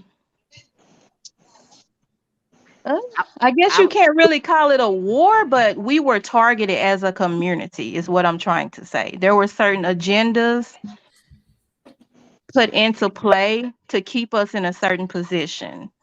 And Well, I I think that don't even think they were. Well, the thing is, though, is that a war or is that what people do when they're competing? well, and that's what I just changed it. I said maybe war is not the correct term. There Yeah. is a war.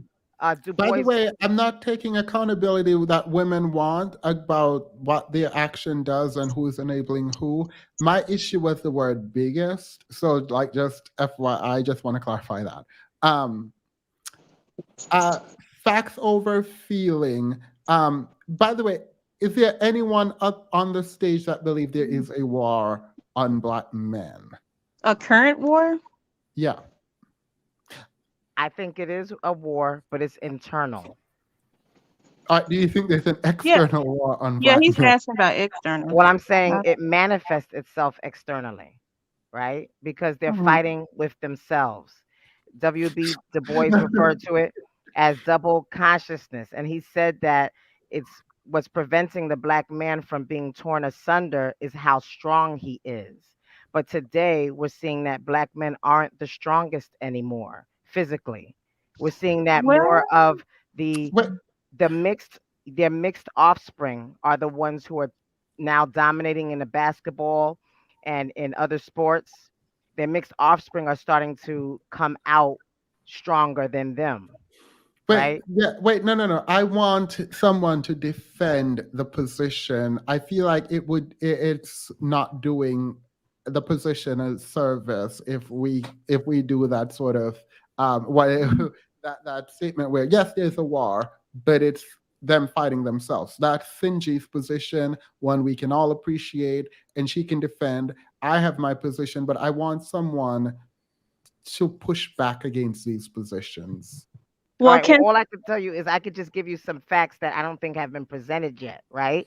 No, So- well, no. If these facts are going to lend into our position, I just don't want it to be like we're talking in a way that's only one-sided. I mean, Well, I'm not that's saying only it's what's gonna happen. one-sided.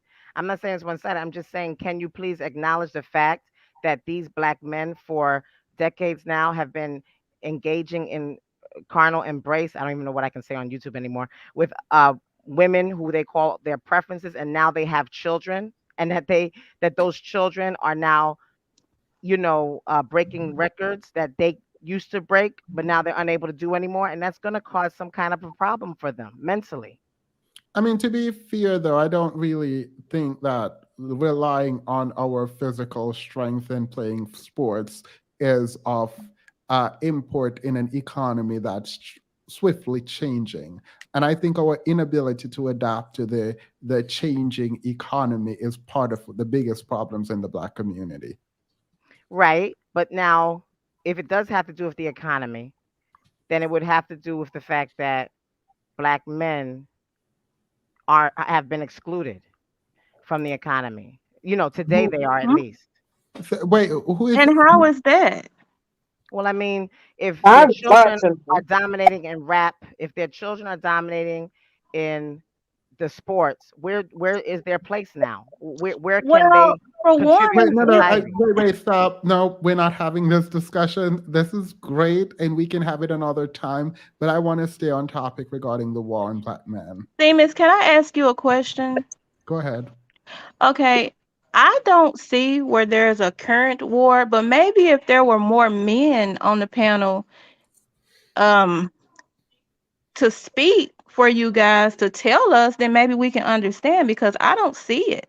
But can you I explain? don't Can see you it. tell me where the? I mean, Yeah, who's we're gonna waging try. I war? think Impossible has a perspective. So let's do it. Excuse me. Wait. Thank you, Facts Over Feeling. Before you go, Impossible, there was some super chat. Let me read them quickly. We are at war with ourselves in the context of a modern society that is now holding us accountable, I think. Our treason against ourselves costs dearly. America doesn't respect our lies and selfishness. DW says, thank you, DW. Please consider that some of these black women are suffering from Stockholm, so you stand up by who you stand by who you have access to. Hey, Annalicia. I think there was one more. Confidence with Love, thank you, says, yes, last speaker, black women can build infrastructure for ourselves like healthcare for black women and black girls. Stop waiting on black men. All right. I think that was up there one. Gia says, how do you war with the people that provide you with Wait, why do I feel like Sinji would have said this and it just did? How do you? I'm done with y'all. I am so done with y'all. All right, go ahead, Impossible. I'm gonna keep this comment up for a minute. Okay. Yeah, I am of the position that there is a war on black men. All of the people that were saying that there's an internal war with black men on black men. I mean, I think the juxtaposition between that and the sense of war on black men that most other people are probably thinking about, I think to try and hold one over the other is a false dichotomy. Like the lady who was on earlier said that two things can both be true.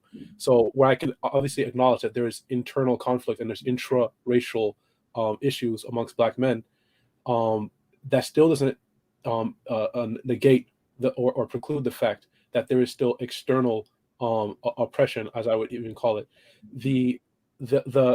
And also the pushback on the phrase war on black men as saying, oh, it's not a war because it's not two equal sides in interlocuting with each other.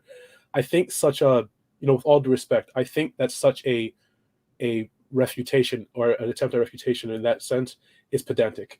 Because when we say war on anything, this is not, war on black men is not the only time that people have ever used the term war on insert group name. This is hardly ever, except Well, I mean, to be fair, we also said when we said the war on black women, we negated that too. So to the extent we're talking about language, there was some there is consistency in refuting. Even granting that there's consistency amongst those who say it, I still would say that the picking at the phrase war on such group, it doesn't it's not valid because it's not two equal parties fighting each other. I honestly, like I said, with all due respect, I find that to be nitpicky and pedantic, because anytime that people have in social conversation use the phrase war on insert group name, it was hardly ever to imply that this is like two nations going to war with each other or something like that. That's what I'm saying though. But that's what I'm saying. There is a difference, and I don't completely disagree with you, but there is a difference between saying this is how we talk about it socially versus on this platform when we're trying to be accurate to say it's like pedantic I mean, you said not to be disrespectful. I don't think it is, but it is dismissive of saying, no, war implies something specific. And to say it is a war implies this or that. You can disagree, but you can, instead of saying it's pedantic, explain why it is a war. Because the thing that I'm saying is that phrase is it's a slightly figurative phrase, but you can explain why it is a war. So what I'm saying is that it is meant to obviously, the subtext is meant to obviously convey an active assault upon a group. And also, I would also respectfully push back on the idea that black men have just been laying down and taking it. I disagree with that idea. For every generation of black people's history in the West and the diaspora, there has always been some portion, to say the least, of black men and black women. To be fair, I'm not saying that only black men have been some sort of, I'm not romanticizing the history of black men as if we're been some of these saviors or something like that. But there's always been a contingent of black men who have attempted to fight back or fight for the issues that they observed within the community. So there are two parts in response to that. The first is, has it been successful in your mind? To varying levels, but I'm like, even if there's, so to varying levels, that's fine. And then the second part, is it a critical mass of black men?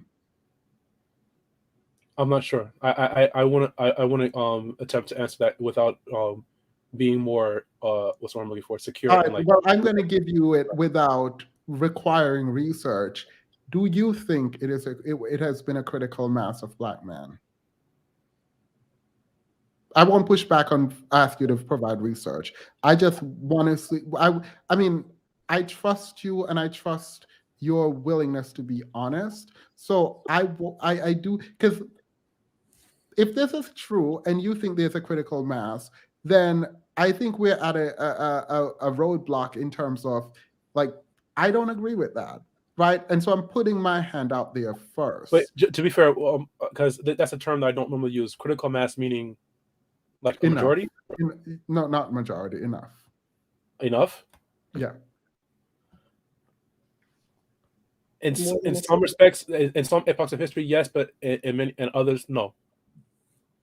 If I'm thinking historically, today, I honestly I would say I'm not sure. Because I see many different competing narratives, like say for instance on the internet, but at least no one can say this is anecdotal, but from the black men that I know, they have been fighting for solutions, but I don't know if I can say, I don't know how much I can broadcast. So let me rephrase it. Do you think black men by and large are fighting for equality and respect in the system?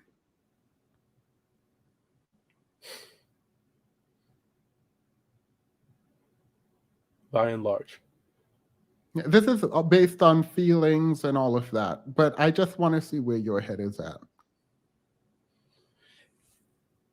I want to say no, and then also it's like yes and no because of the fact that it's like there are people that are fighting, but in a very, how should I say, minimalistic way, in that they're doing, like, I don't know, like say for instance social media activism, that one can hardly say that that's doing much of anything, but I do feel like that's at least doing something. And to that degree, I would say yes. But as far as people like actually out there like trying to lobby for changes in laws or starting businesses, like more what's what I'm looking for? More, I mean, I do know what people are lobbying, mostly black women, but I think it's an interesting thing to hear. You articulate that there is a war on black men. We're defining war loosely, so I'm going to let you slide with that. But you also believe that, or you don't fully believe that black people, black men specifically, are pushing back. It's like, because this is the thing with these conversations, is that there's these questions are asked in such a broad general way, when every answer requires fine nuances. And the thing is like, are black men fighting back? I believe that many are. Like, is it a critical mass? I'm not sure is my answer to that question. I don't know. But the characterization that black men are just sitting down and taking it, I disagree with. And also, so do you believe that some black men are just sitting down and taking it? Yes. All right. Do you think a lot of black men are just sitting down and taking it? I don't know. If there is, go ahead. I don't know. That's very dishonest. I think he knows that. Listen, if a lot of black men were giving pushback, it wouldn't go unnoticed. You would know if a lot of black men were fighting back. So to pretend that we don't know is just very dishonest. We obviously most black men, the critical mass of black men are not fighting back. He asked are a lot fighting back.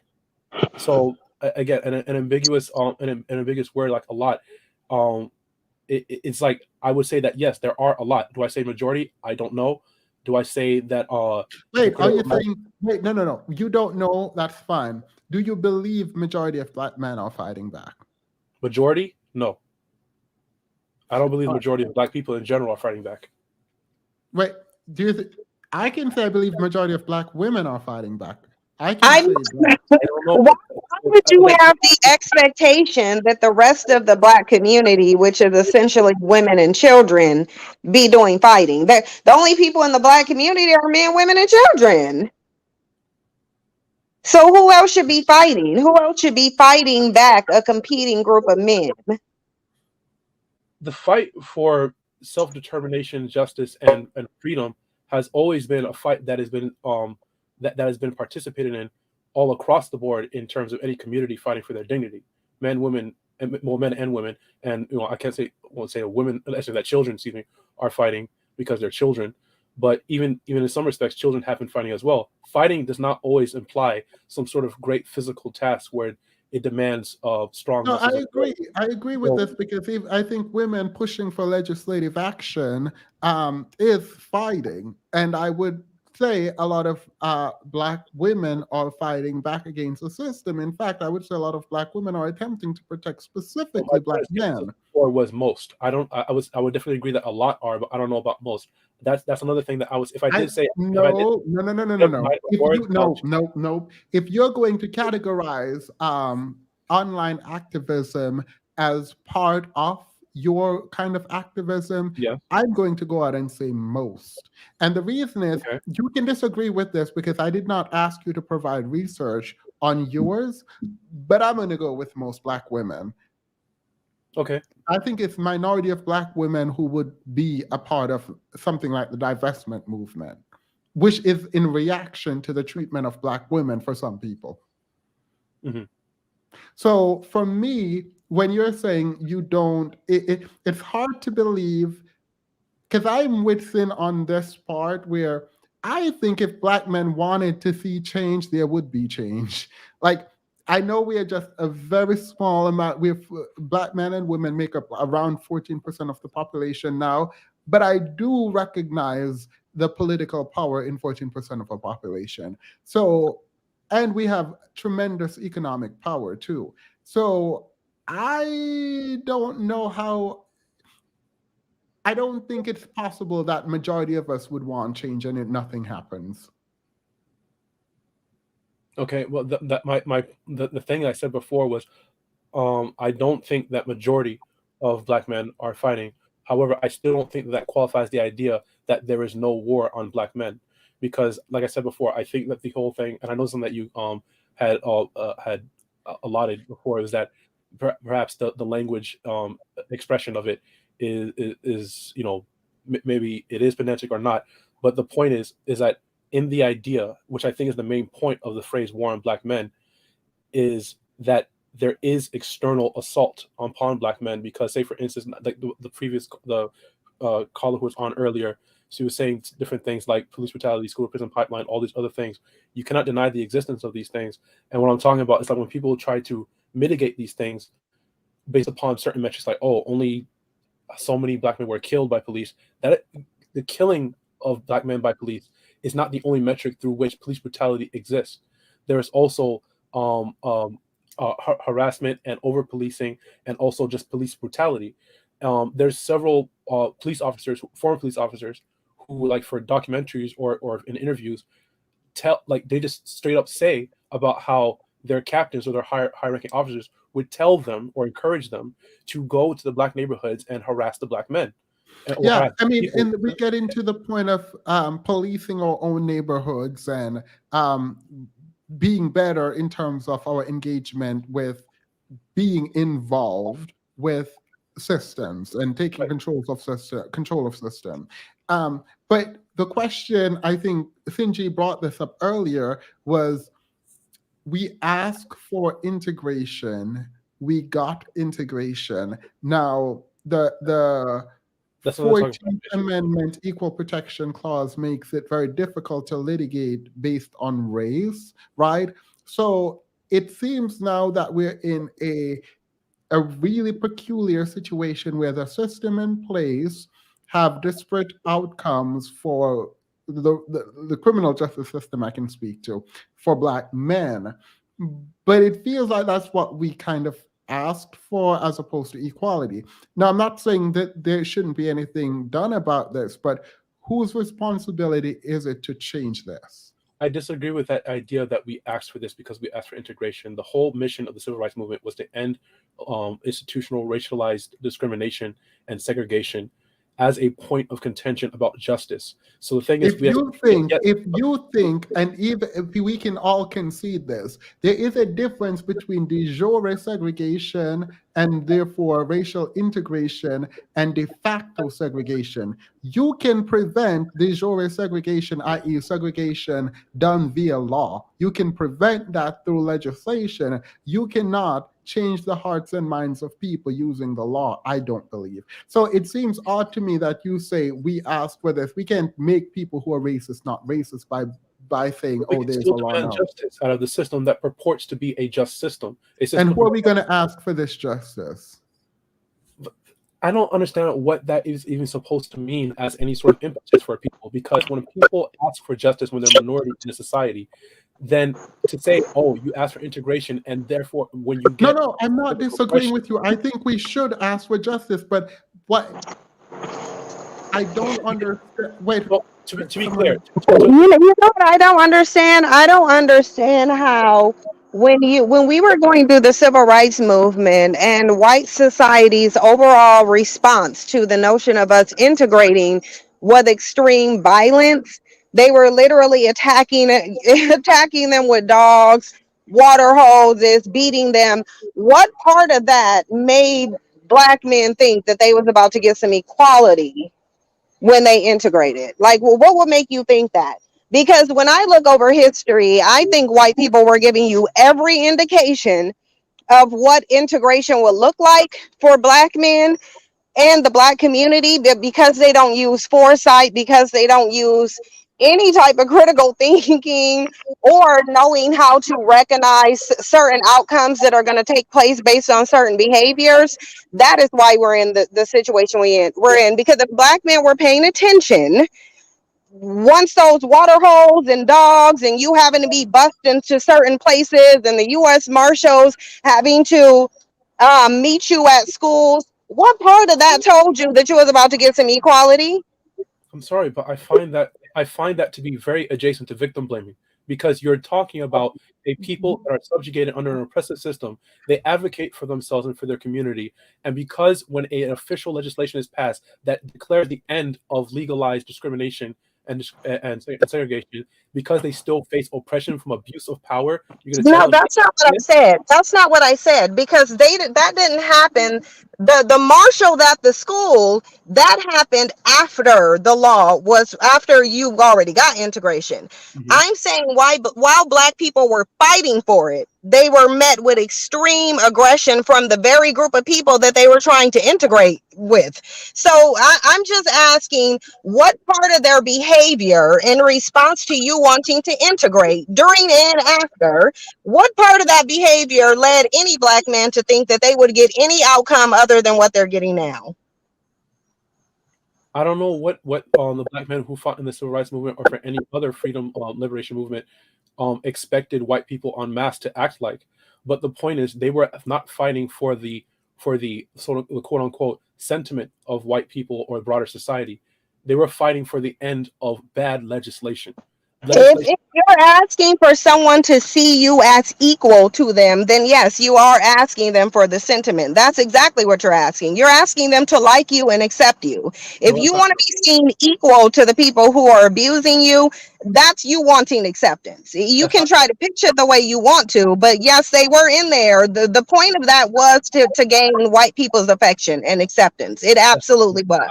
I disagree with that, because if I'm at a job or I'm at an office and some sort of employment, and I have a manager or a supervisor that's treating me unfairly, especially according to the rules and bylaws of that company, and I take it up with human resources or with anybody sort of presiding authority, and I tell them, hey, they're not treating me right. They're not treating me right. That's not the same. That's not the same. That is not the I same. don't care if that manager likes me or not, but the point is, I will call for them to respect me and once. my rights. Hey, Kay, wait, Kay, thank you. Welcome. I agree with Finn that that's not the same. And actually, if someone doesn't like you at work and you go to HR to do it, usually, well, not usually, depending on what it is, you guys might be separated or one of y'all might be fired. Like, the dream won't be that your children are playing together.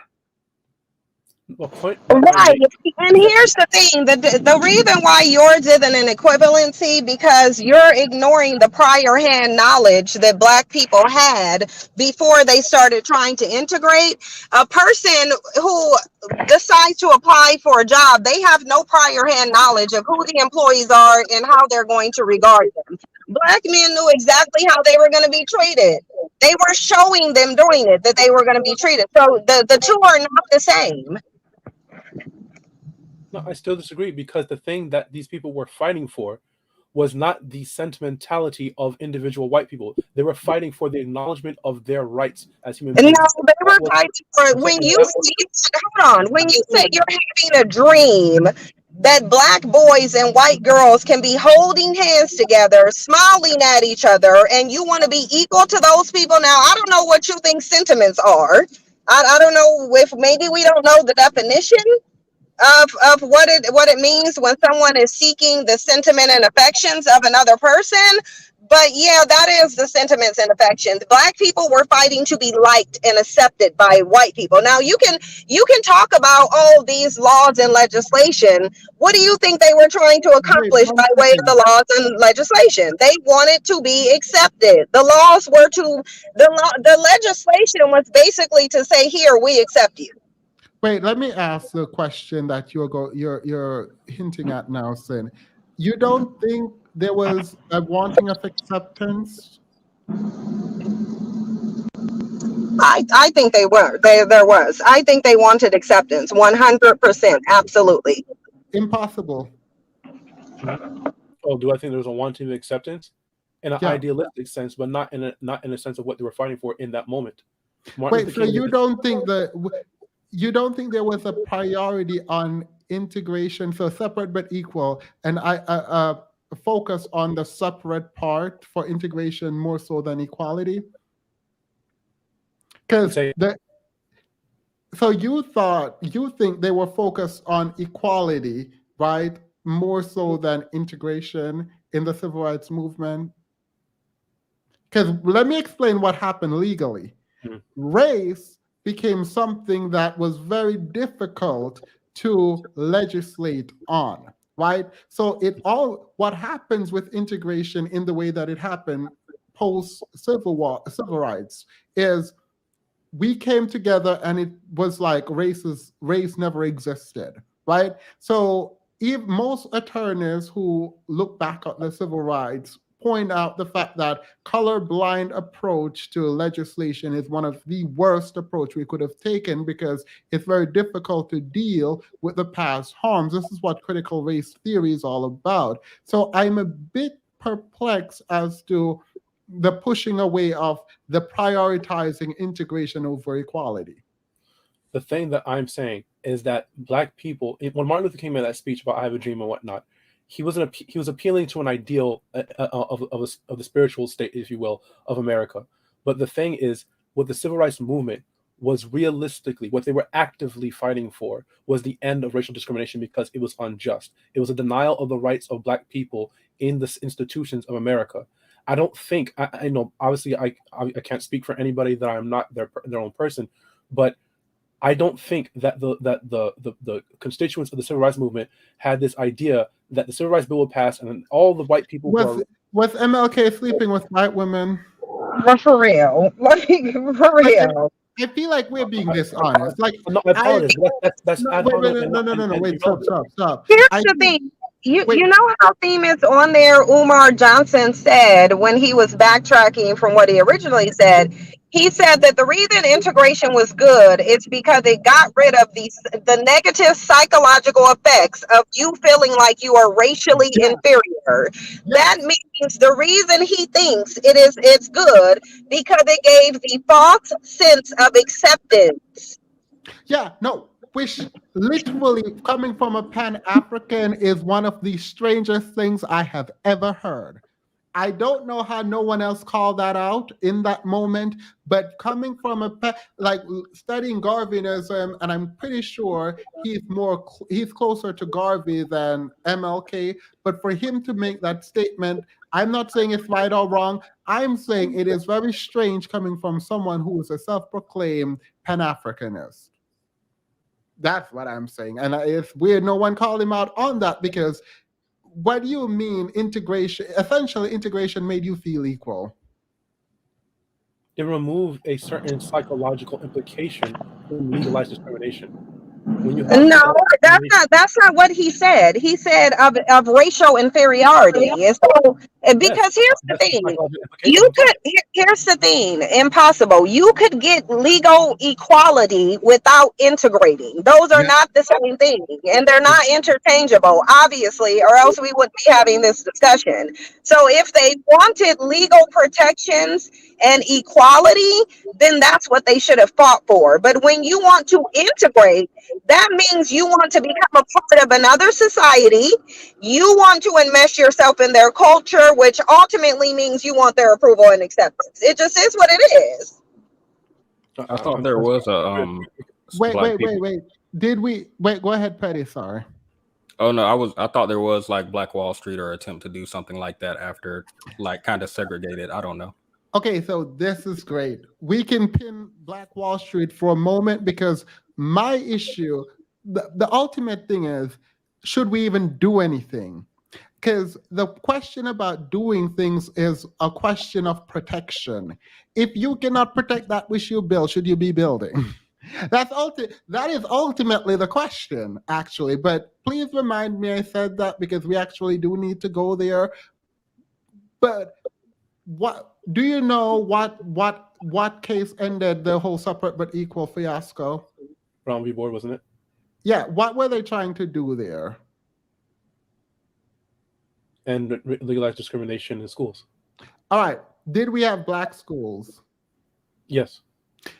The idea that we are just going to completely ignore the fact that we were overly focused on integration. Let me not say overly. I don't think it's right for me to critique. I know a lot of people do this, but I don't think I have the grounds to critique civil rights leaders. And so I try my best not to. But it's very difficult for me to accept that we're just going to kind of ignore the fact that integration took precedence. Can you repeat that? Your voice broke up. I don't know. Integration was at the forefront of the discussion, and it seems a legislative action in terms of what we wanted to do, because literally there need not be integration for there to be a focus on equality.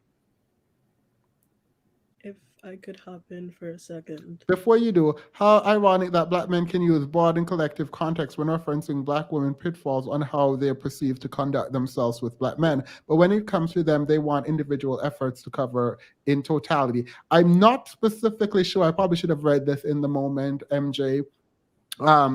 I don't think impossible critique black women generally.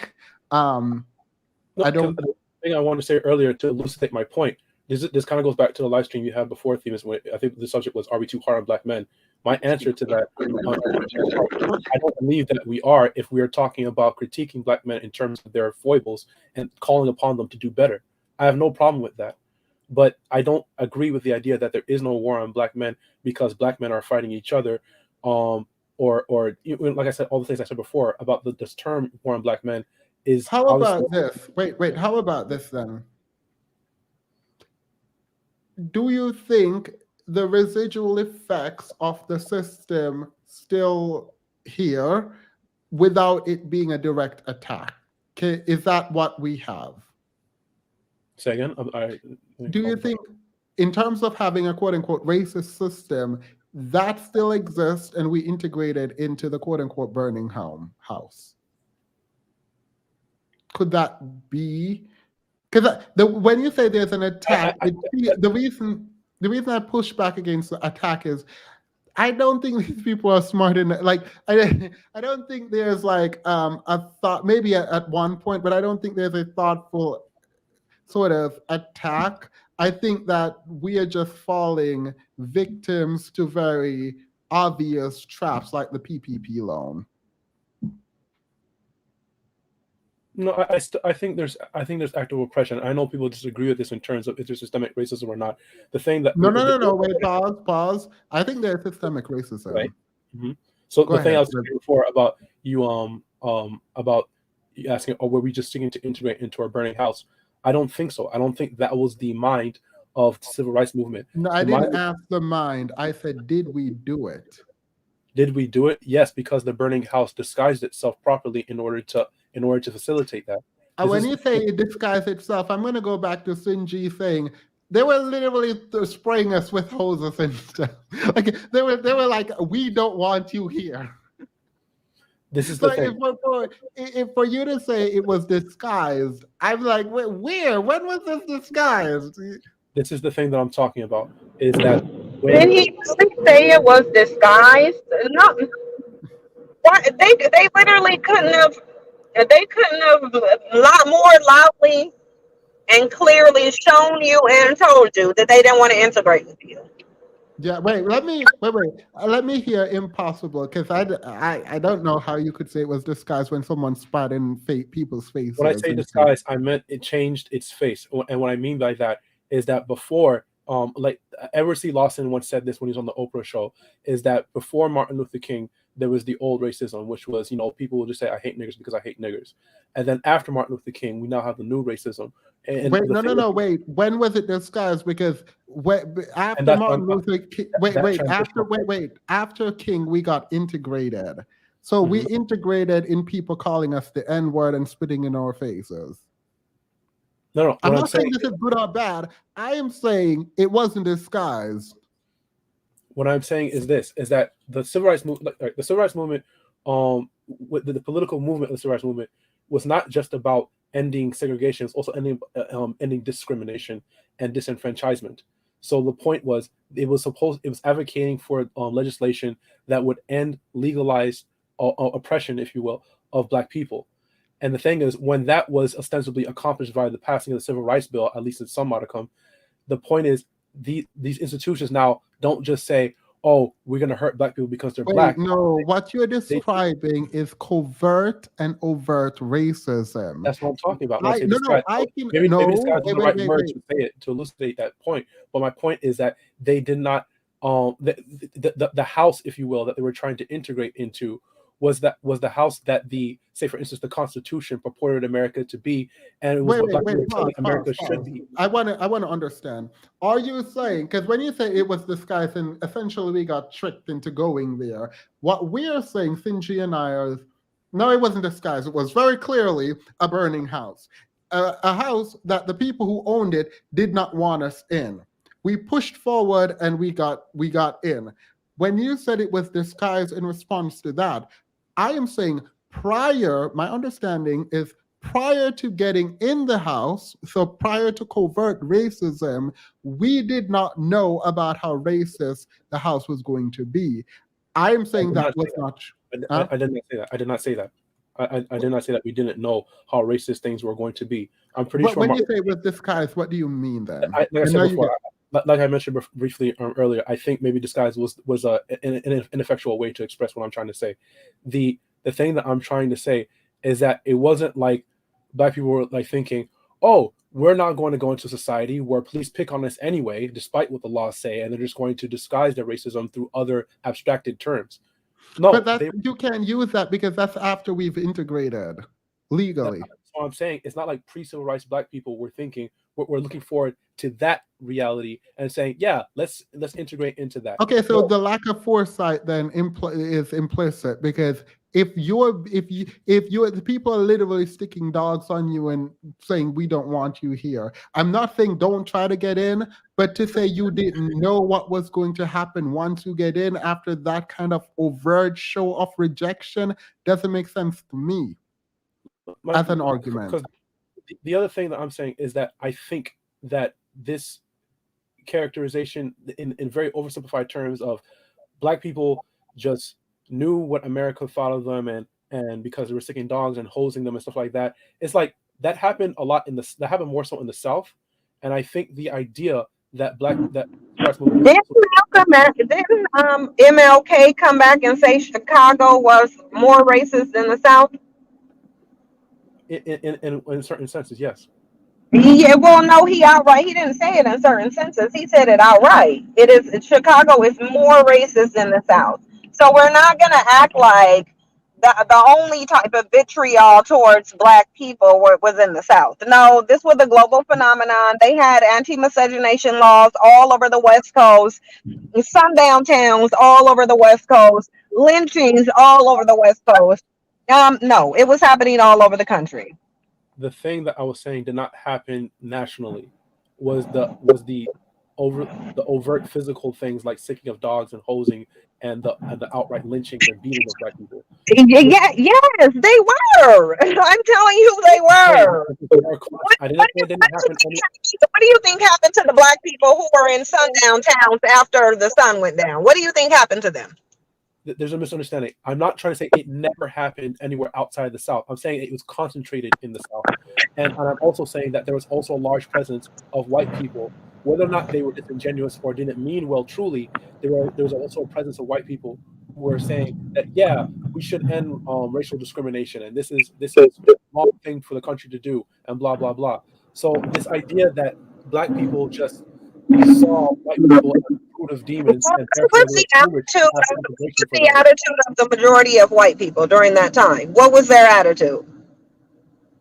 Well, I would venture a guess that they were actually that many of them were racist.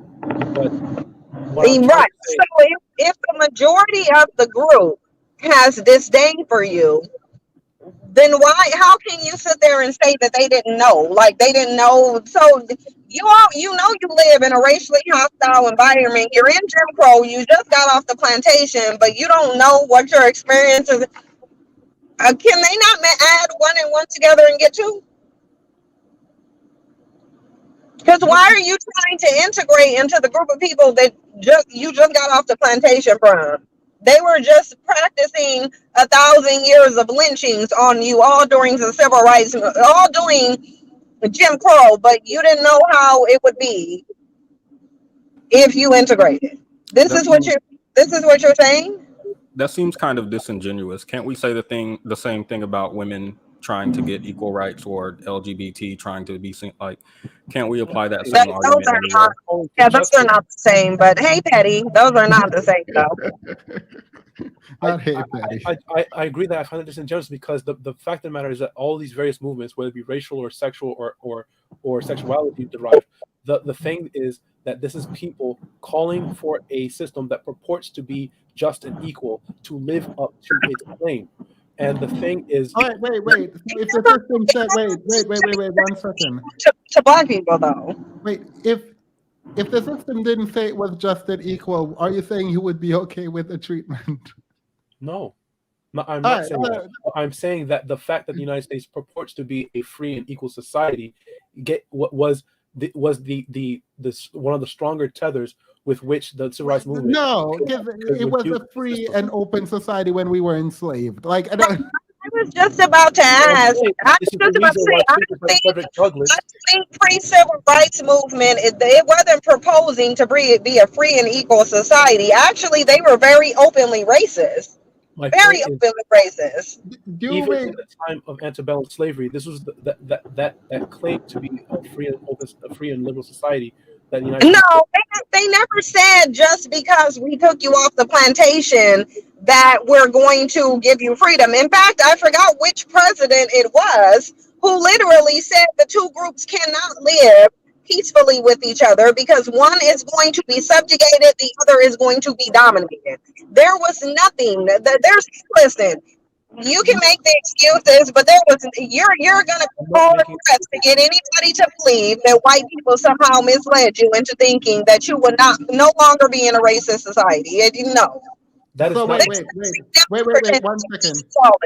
2 seconds, 3, 4, if I may. Are you trying to hold America accountable for her statement of equality? Is that what you're doing? Period. Period. Malik. I mean, period. Good luck to you, because America, she was a fair and equal woman in her mind, even when during slavery. So I don't know. Period. Go ahead, Malik. I mean, I just came up in here, so I've been listening. Y'all talk to the brother about this. Is there a wall, black man? I mean, yes, but there's a war on black people. Yes. Yes. So you say that I think you added nuance there. There is a war on black people. Yeah. Yeah, it's all us, but is this there's a war on all black people, but it just shows itself in different ways throughout our community. How does it show for black men? How does it show for us? Yeah. What is the war? I can tell you right now. What it shows for us is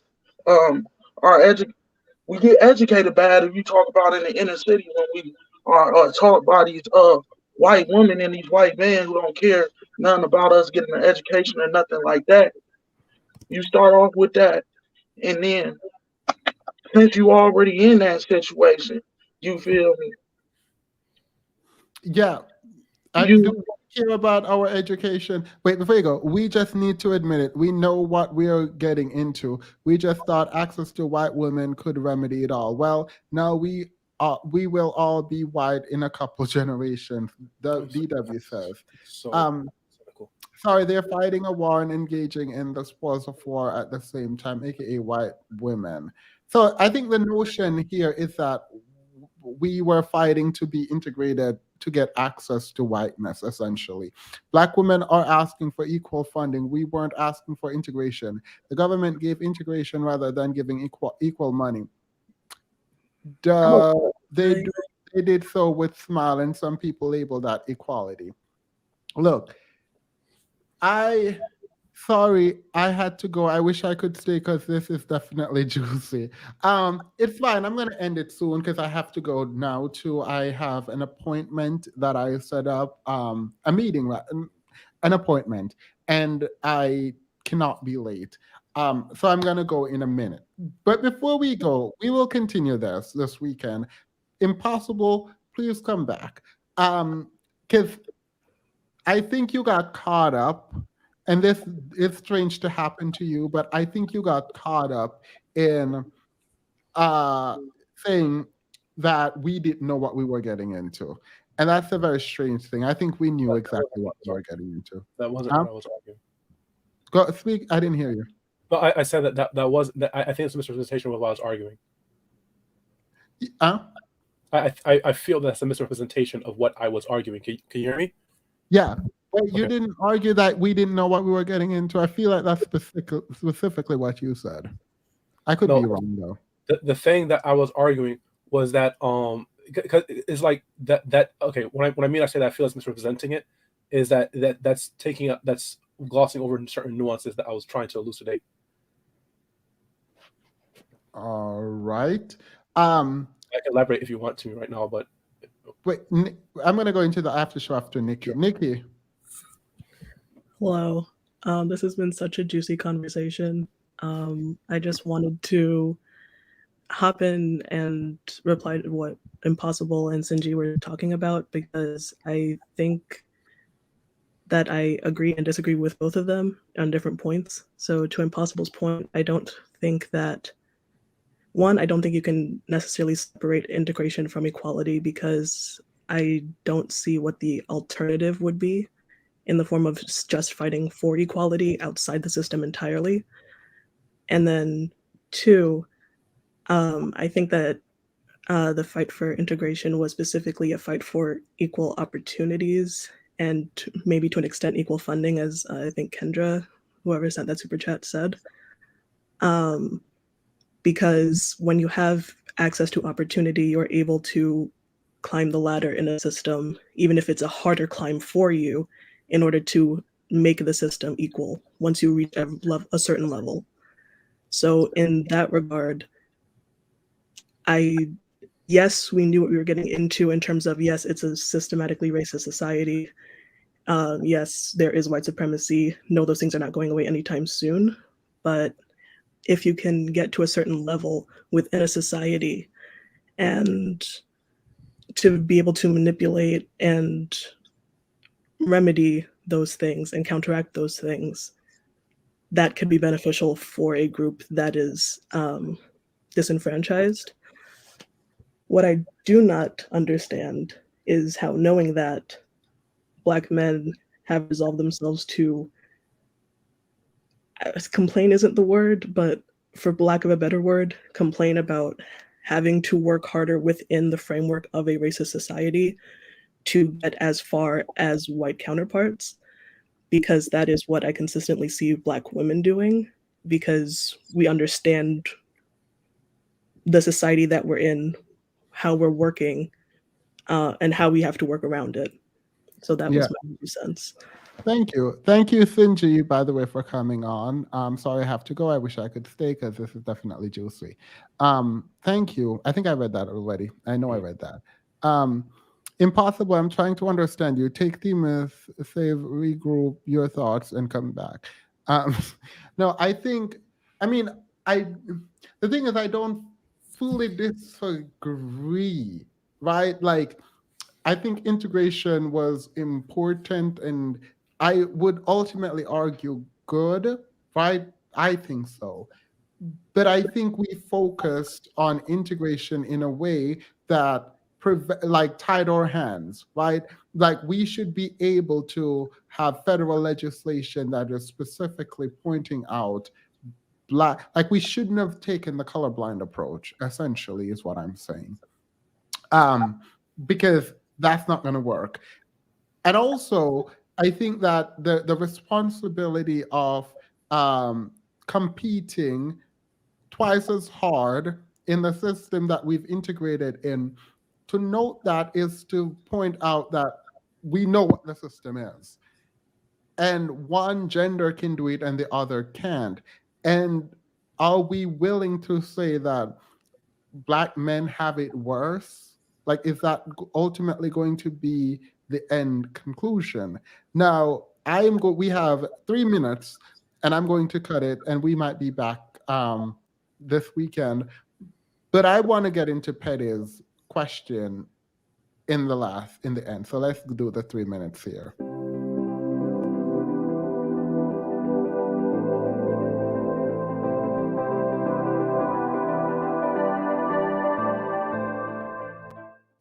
It may be Sunday. I will let you know. We might have I think we have a mod meeting on Sunday. So I'll let you know in the Discord, London, tomorrow. And I'll tell you about the mod meeting. Yeah, we're gonna have a mod meeting Sunday. Sunday we'll have the mod meeting. Ryan, Yeah. are you continuing? Prince Betty, go ahead, ask your question. Oh, wait, what? Impossible. Sunday at what time are you continuing this conversation? I think maybe 6 p.m. Not sure yet. I'll make an announcement in the tab. Okay, I'm only asking because I know you invited me back to continue the conversation, but I might not be available at that time. All right, cool. That's fine. Prince Betty. The 2 questions, if you had time, you were asking about us fighting to be accepted rather than equal, in which I don't know which one took precedence, so I'll just have to take both of your words for it. But wasn't there a time when we were attempting to do, like you said, there were Black schools attempt to do Black Wall Street after that? And wouldn't that be evidence that it was not just an attempt to be accepted? The second question was, when you say that, you didn't say it directly, but I got kind of a black men had it coming. You knew what the system was like, and I made the comparison to women's rights or LGBT rights. You guys said that was not the same thing.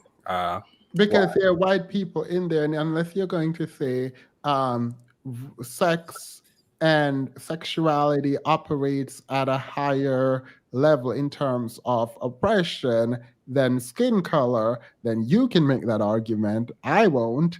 I think skin color is. Oh no, it's not an argument that which is worse. It's an argument that you are fighting an uphill battle, and due to you know that. No, but your going into whiteness, that you are a white person allows for kind of privilege. Like, I don't think gay people got their rights merely, and this is me sort of doing a kind of theorizing, got rights and freedom because they were just so powerful and they liked all kinds of gay people. I think white gay people were family members of people in power and also had power, and they pushed that forward. So I think whiteness in a society, I do think that society values whiteness. I'm not disagreeing with you. I just think black people, black men specifically, also upholds whiteness as a standard. So white privilege in the gay community is why gay people are doing well. The women's movement had force because of why, what black women did most of the legwork in terms of like building for themselves because we couldn't provide for them. But in terms of legislative action towards women, I think white women were at the forefront, even in it is what it is. Whiteness had privilege. But to your question, yes, there were some communities that were built, and I think the bigger question about success in the Black community is this. If you cannot protect it, should you even build it? Is it okay for us to continue in the state we are in because we cannot protect that which we build?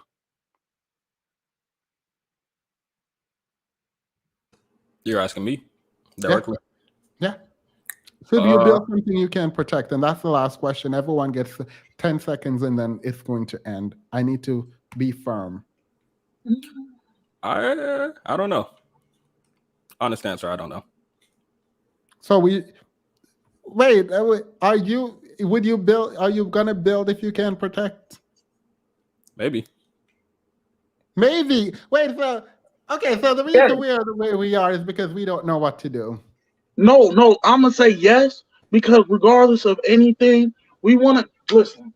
Black people want to act like we so big bad that we can do everything. Well, there's countries that are doing just as bad as us. Most just fucked up this country. No, that's not the question, though. But I'm saying, if we can't protect it, they can't protect it. They can't protect it, and they have a nation. Yeah. So should you build if you cannot protect that which you're building? Impossible. 30 seconds. I think so, in the sense, I would say yes, because I think that the capacity to protect something can actually grow, especially as you're building it. So I would say yes. Like I think it's almost wise as defeated to say no, especially as it pertains to the conversation about Black America. I mean, if there's a war on black people, then building is going to be very difficult because they come in. That feels like a defeatist argument. Isn't that the argument Black men make already? Why building? Yeah, well, that's very in line with yes, very much. And I would also criticize those Black men who make that argument as well. I think that I think there is some logic. If you believe there is a war on black men from a system that you can't defeat, then building before you learn to protect yourself seems odd to me.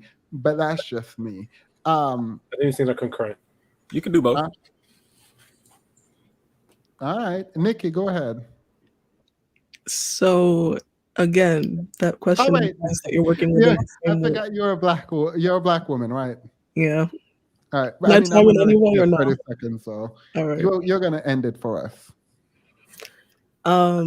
Yeah, like that question very much plays into what I was talking about before with acknowledging the framework that you're building within. So if you are a black man who knows that you're building within a white supremacist framework and you're not going to put in the work to excel within that white supremacist framework, but still trying to build something within that white supremacist framework, it's not going to work out because you don't know how to protect it. You don't have the resources to protect it. You don't have the capabilities to protect it on your own.